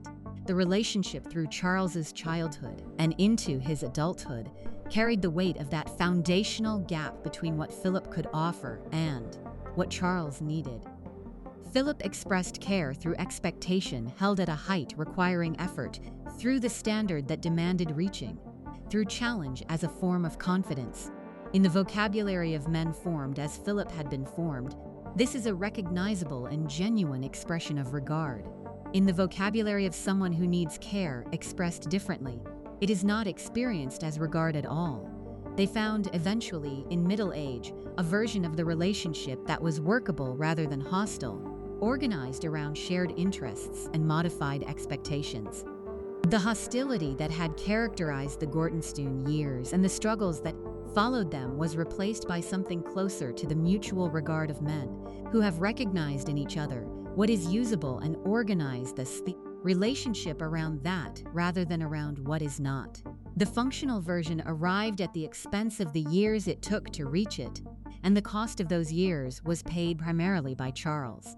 Philip's relationship with Anne was easier from the beginning and remained easier because Anne had from childhood something of her father's physical confidence and competitive disposition, and because they could challenge each other in the modes Philip understood as modes of genuine engagement. Anne became a formidable equestrian, representing Great Britain at the 1976 Montreal Olympics in the three-day event, and a working royal of a dedication and capability Philip found entirely comprehensible. They spoke, in the relevant sense, the same language.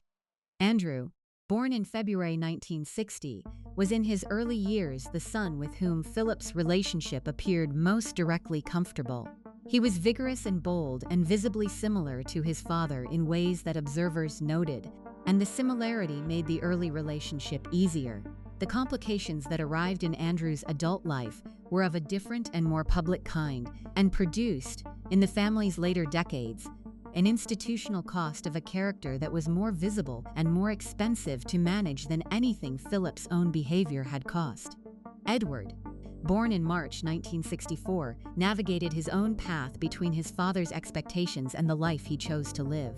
The decision, in his young adulthood, to leave the Royal Marines training that had been organized partly in response to Philip's emphasis on military formation as a basis for character, was received by his father in the compressed manner Philip applied to disappointments he had decided not to elaborate on publicly. The matter was managed into different directions for Edward. The original decision and its reception became part of the family's general record of the distances between Philip's formation and his children's lives. The last significant chapter of Philip's private life was conducted with less concealment than anything that had preceded it. This was either a change in the palace's management calculation, a change in Philip's own willingness to accommodate the management, or the consequence of simple arithmetic. He was in his 80s, and the particular kind of discretion required of younger men in his position was no longer practically achievable without an expenditure of institutional effort that the palace eventually decided was no longer proportionate to whatever the concealment was protecting. Penelope Knatchbull, known universally as Penny, was the wife of Norton Knatchbull, who was the grandson of Lord Louis Mountbatten. The connection to the Mountbatten line ran directly through the family that had shaped the beginning of Philip's story, which gave the friendship the quality of something completed rather than something begun. Norton Knatchbull had been born in 1947, the year of Philip's wedding, and had grown up in the extended social world of the royal family as a matter of family proximity rather than any special arrangement.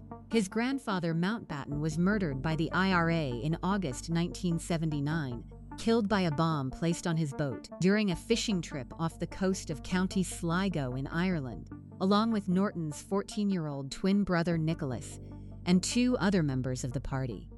The murder was one of the more violent demonstrations of the period of what the Troubles could produce, and the Knatchbull family's experience of it was intimate in the most direct possible sense. Penny Eastwood had married Norton Knatchbull in February 1979, shortly before the murder of his grandfather. The wedding was attended by members of the royal family with the warmth appropriate to close family occasions. The Knatchbull household moved in the overlapping territory of the extended royal family in ways that made the friendship between Philip and Penny comprehensible as a consequence of shared geography and genuine mutual regard rather than a remarkable coincidence of selection.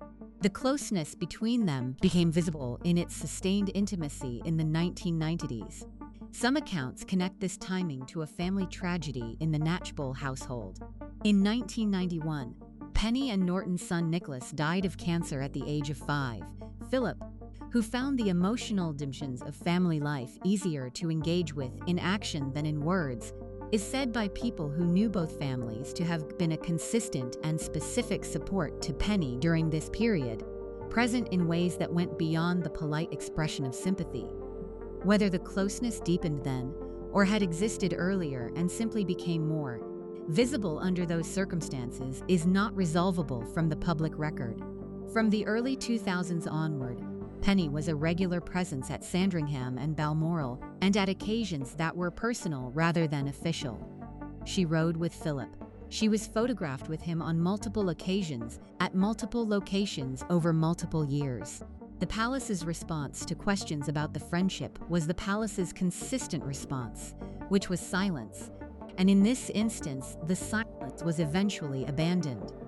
Not because anyone had decided to address the question, but because the visibility made the silence superfluous. When the photographs appeared year after year, the management effort that would have been required to complicate them was more expensive than simply allowing them to exist and allowing the public to make of them what the public was going to make of them regardless. The palace made that calculation at some point in Philip's later years and stopped trying. Philip retired from public duties on the 2nd of August 2017.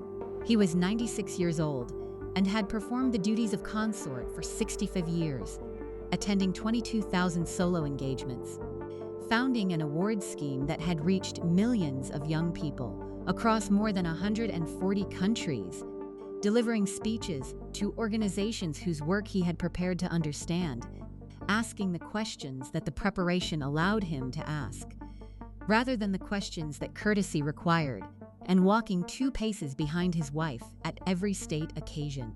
The retirement was managed with the understated language the palace reserves for events it considers significant but does not wish to present as dramatic or as indicative of diminishment. He walked away from his last official engagement and moved primarily to Wood Farm on the Sandringham estate, which is a small house by the standards of the properties available to him, and a private one by the standards of everything that had preceded it. He drove an aged Land Rover around the estate with the calm disregard for the conventional reasoning that might have suggested a man in his middle 90s should modify his assessment of his own driving capabilities. In January 2019, at 97, he was involved in a road collision near the estate when his Land Rover was struck by another vehicle as he pulled out of a junction. He emerged without injury. The other occupants of the other vehicle sustained minor injuries. The subsequent public discussion about whether a man of 97 should still be driving on public roads was conducted with the combination of genuine concern and suppressed amusement that the British apply to the elderly powerful in circumstances that would be alarming in anyone else. He did eventually surrender the license, reportedly under some pressure from multiple directions, and the surrender was understood by those who knew him as representing rather more than the administrative conclusion of a driving career. Driving was one of the last things he could do at his own speed, in his own direction, on his own terms, without asking anyone's permission or accepting anyone's schedule. The loss of it was the loss of something he had been finding in various ways throughout his life, which was the ability to go where he wanted without the official schedule telling him where that was. He died on the 9th of April 2021 at Windsor Castle, 9 weeks before his 100th birthday. The pandemic restrictions that had governed the final year of his life meant that his funeral at St. George's Chapel was attended by 30 mourners, the number permitted under the rules then in force. The Queen sat alone in a pew in a gray coat and black veil, at the distance from everyone else that the regulations required, in a composition that was simultaneously the consequence of epidemiological necessity and, without anyone having arranged it that way, an exact visual expression of the position she had occupied throughout the marriage. At the center of everything, surrounded by institution rather than person, present and isolated in the same frame. She was 94 years old. They had been married for 73 years. She died on the 8th of September 2022 at Balmoral, 15 months after Philip. Philip's coffin was moved from the royal vault at Windsor, where it had been placed following his funeral, to lie alongside hers. They were buried together in the King George VI Memorial Chapel at Windsor Castle, which is a small chapel within the larger chapel of St. George's, constructed specifically to hold the remains of Elizabeth's immediate family. It holds them now, which is where such things are resolved. In the architecture of a place designed to hold royal remains alongside royal history, without expressing a view on either. The cost of Philip's private life does not resolve into a single accountable figure, because the costs were particular, distributed among specific people in specific forms, and most of them were not paid by Philip. Pat Kirkwood paid in the form of a permanent association with a story she maintained throughout her life was false, that she could not correct because the one person capable of correcting it had calculated that the correction cost more for him than the silence cost for her. She spent decades fighting the association, pursued every legal and rhetorical avenue available to her, and died in 2007, having never received the single public statement that would have settled it. The disproportion between what she carried and what Philip carried in the same story was not incidental to the arrangement. It was the arrangement's defining feature, the clearest expression of what it meant to be protected by proximity to the crown versus being unprotected by proximity to the crown. Hélène Cordet and her children paid a cost organized around a question that was never answered and never required to be answered, because the institutional protection surrounding Philip extended to the adjacent territory in ways that served his interests rather than theirs. Whatever the truth of the paternity question, the condition of permanent public ambiguity served the palace. Parker paid the most explicitly institutional cost. He was Philip's closest professional companion and genuine friend for a decade, removed from that position within days when the situation required it, with the smooth and practiced speed of a palace that had decided the removal was necessary and possessed the mechanisms to perform it cleanly. The personal friendships survived the professional removal, as genuine friendships sometimes survive institutional necessities. Parker died in Melbourne in 2001 and left no public record that expressed bitterness about the terms of his departure. Whether his private accounting was different from his public one is not available to us. Charles paid a cost that was more diffuse and longer lasting, built into the structure of a relationship rather than any specific incident, and requiring decades of public discussion to become fully visible. Philip's difficulty with his eldest son was not deliberate cruelty. It was the specific failure of a man formed by hardship to understand that hardship does not produce the same result in everyone, and that the method which made him was not transferable by institutional application to people with different constitutions. He maintained positions as against the available evidence and produced, through the maintenance of them, years of recoverable damage in the persons whose formation was most directly his responsibility. The relationship eventually became something workable. The cost was paid primarily by Charles in the years before that workable version arrived.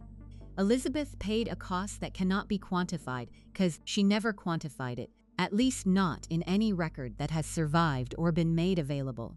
She maintained a marriage of 73 years to a man who was, in various documented respects, not a conventional husband, and did so without visible indication that the maintenance cost more than she was prepared to spend. Whether that was true, or whether the composure was itself the most expensive thing she did, was the one question about Philip's private life that the palace never had to answer and probably never will. It may be the most interesting question about both of them. Philip paid a cost that was both the most fundamental and the most chosen. He gave up the Navy, which was the one place in his life where his worth was self-produced rather than assigned by circumstance or title. He gave up his name for his children, initially and then only partially. He gave up the political opinions he was prevented from expressing and the institutional decisions he had no formal role in making. He found in the Thursday Club and in the various other configurations of his private life partial substitutes for what the official life could not provide. Whether those substitutes were sufficient is a judgment that belongs to him rather than to the public record. He was not a simple man who had been made complicated by the palace.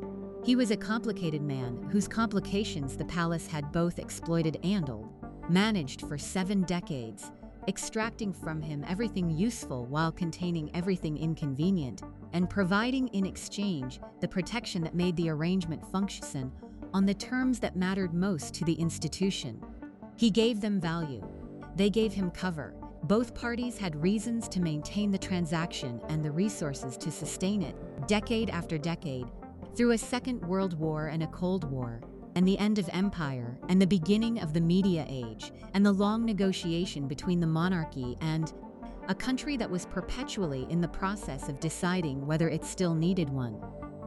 He walked behind his wife for the better part of a century.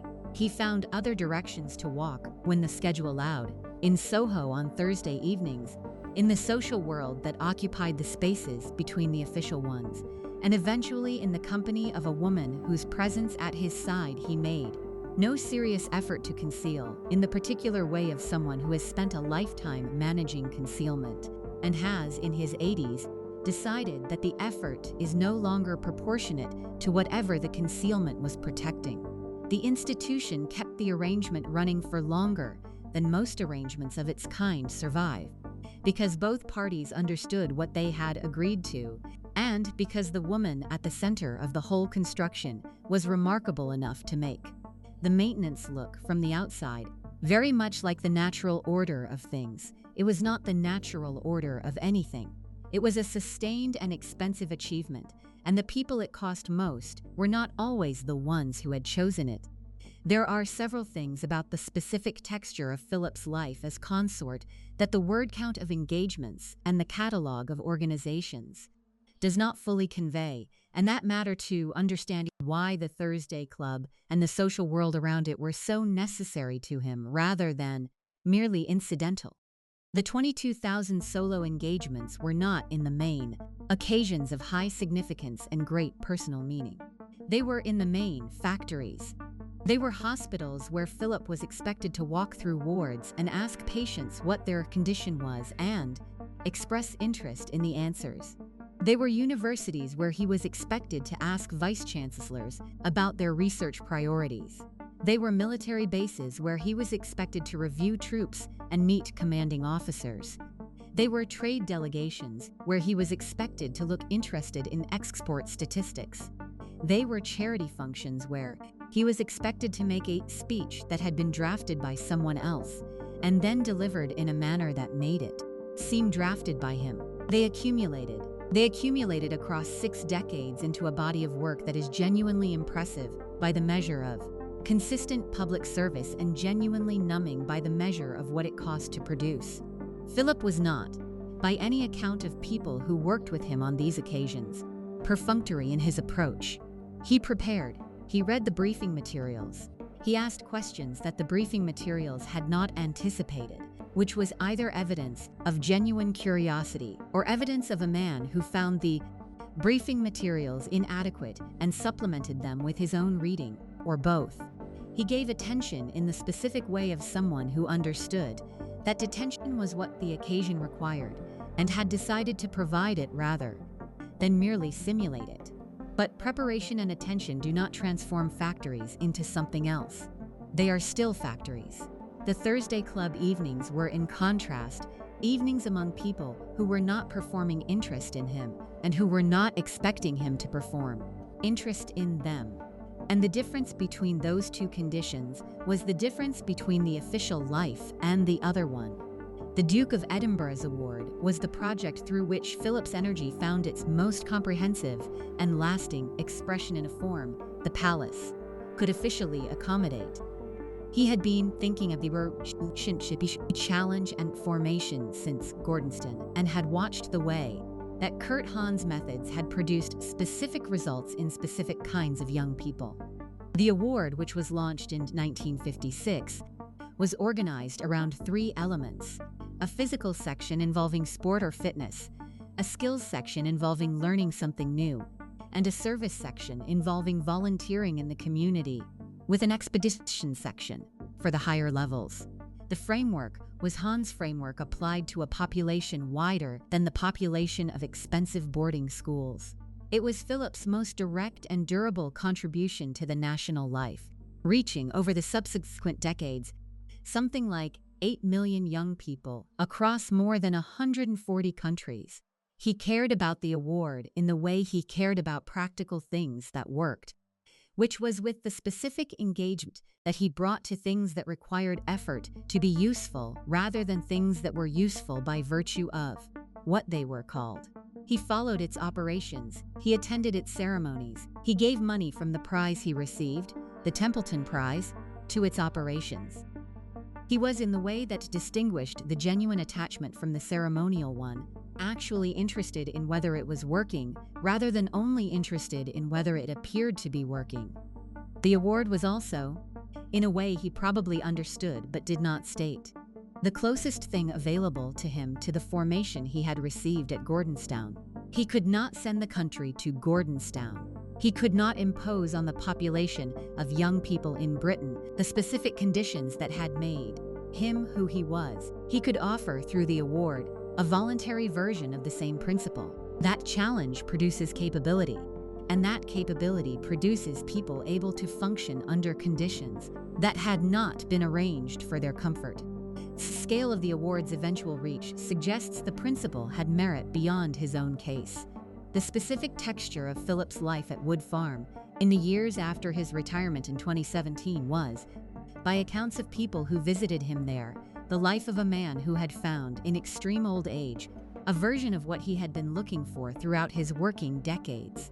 Wood Farm is a modest house by royal standards, the kind of house that generates descriptions, like unpretentious, from people who find it remarkable that a member of the royal family would choose to live in a house without substantial staff or substantial ceremony. Philip chose it.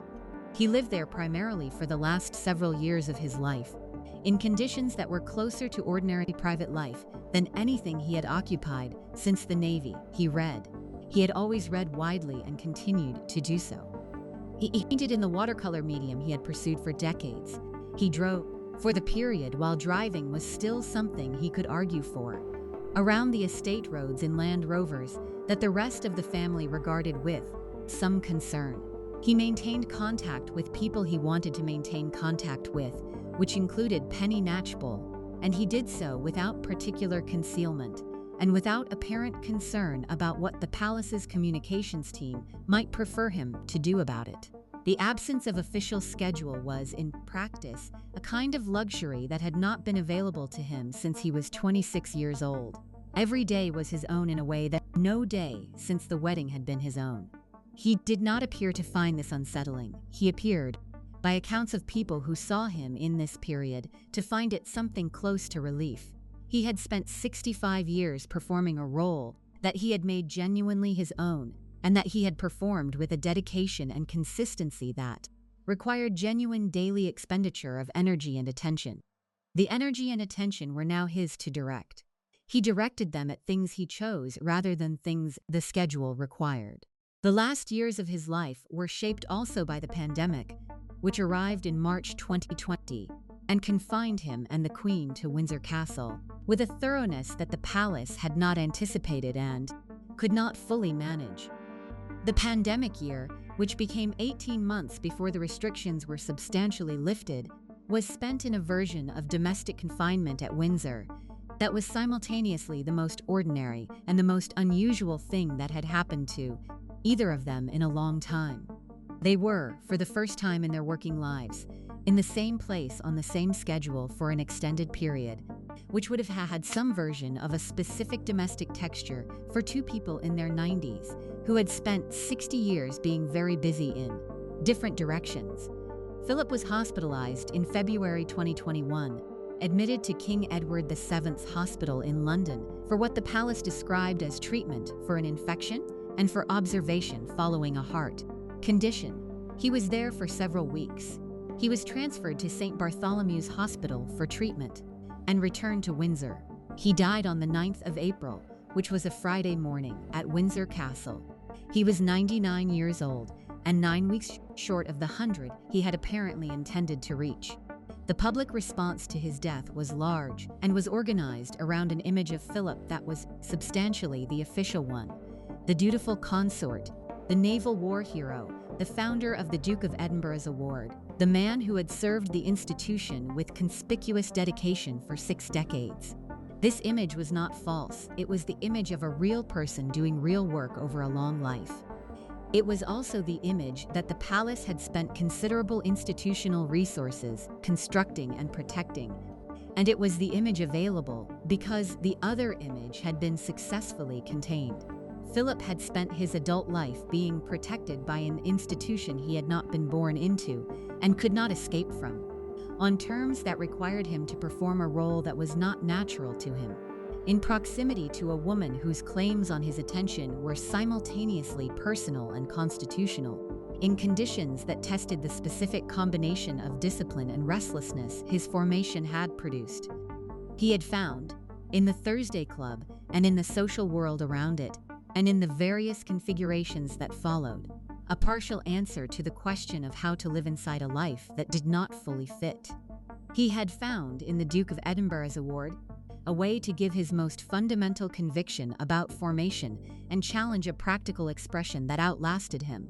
He had found, in Penelope Knatchbull, a closeness that he made no serious effort to conceal in his final decades, and he had found, in the specific form of the marriage he maintained through all of this, a relationship whose durability exceeded by decades anything that anyone, observing it in its first difficult years, would have predicted. He was not simple. He was not uncomplicated. He was not the purely noble figure of the official account or the purely dissolute figure of the most sensational accounts. He was a man formed by genuinely extreme early circumstances, who spent his adult life inside an institution that was simultaneously the best and the worst thing that had ever happened to him.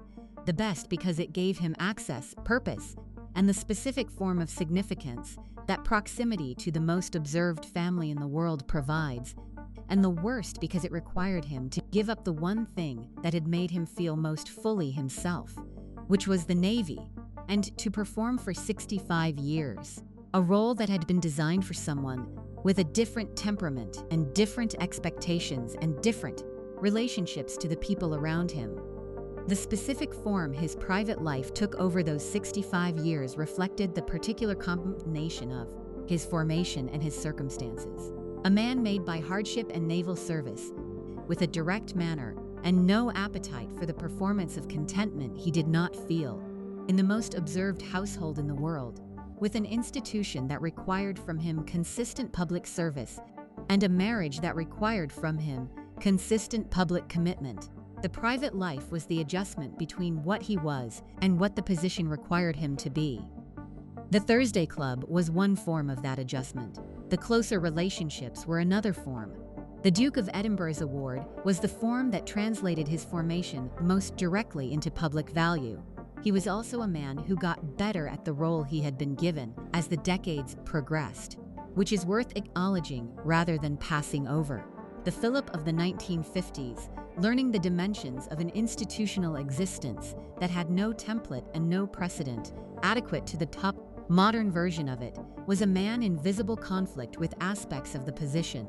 The Philip of the 1970s and 1980s was a man who had found, within the constraints of the position, a way to inhabit it that was genuinely his own. He had organizations he cared about. He had work he found meaningful. He had relationships that sustained him. He had, in the specific form of the public bluntness that produced decades of quoted remarks, a recognizable and consistent voice that people found at minimum entertaining and at maximum clarifying, because it said things that the institution's normal register was not permitted to say, and said them with sufficient confidence that they arrived not as scandal but as character. He was also in his final years at Sandringham and Wood Farm, and in the smaller circuit of old age, something closer to an ordinary old man than anything the palace had previously accommodated, and he appeared to find that condition something close to what he had been looking for. He had never been designed for the display. He had managed the display with skill and consistency for longer than almost anyone in the modern history of the institution. And at the end, with the schedule gone and the requirements reduced and the proximity to Penelope Knatchbull and the books and the watercolors and the Land Rover and the particular freedom of extreme old age in which the social contract simplifies itself to what actually matters, he had something that looked, from the outside at least, very much like peace. He gave them everything they asked for. They gave him everything they could afford to give. The arrangement was not generous on either side and was not meant to be. It was the arrangement that both sides had agreed to and that both sides maintained with varying degrees of personal cost for the duration of a life that lasted 9 weeks short of 100 years. He walked behind his wife for the better part of a century in public, and in the spaces that the public could not see, he walked in directions of his own choosing, finding in those spaces something that the official life could not provide, and that the palace could not prevent him from seeking. The institution protected what it needed to protect. He found what he needed to find. The people who paid the most for both of those transactions were, as usual, not the primary parties to them. Thank you for watching. For more detailed historical breakdowns, check out the other videos on your screen now, and don't forget to subscribe.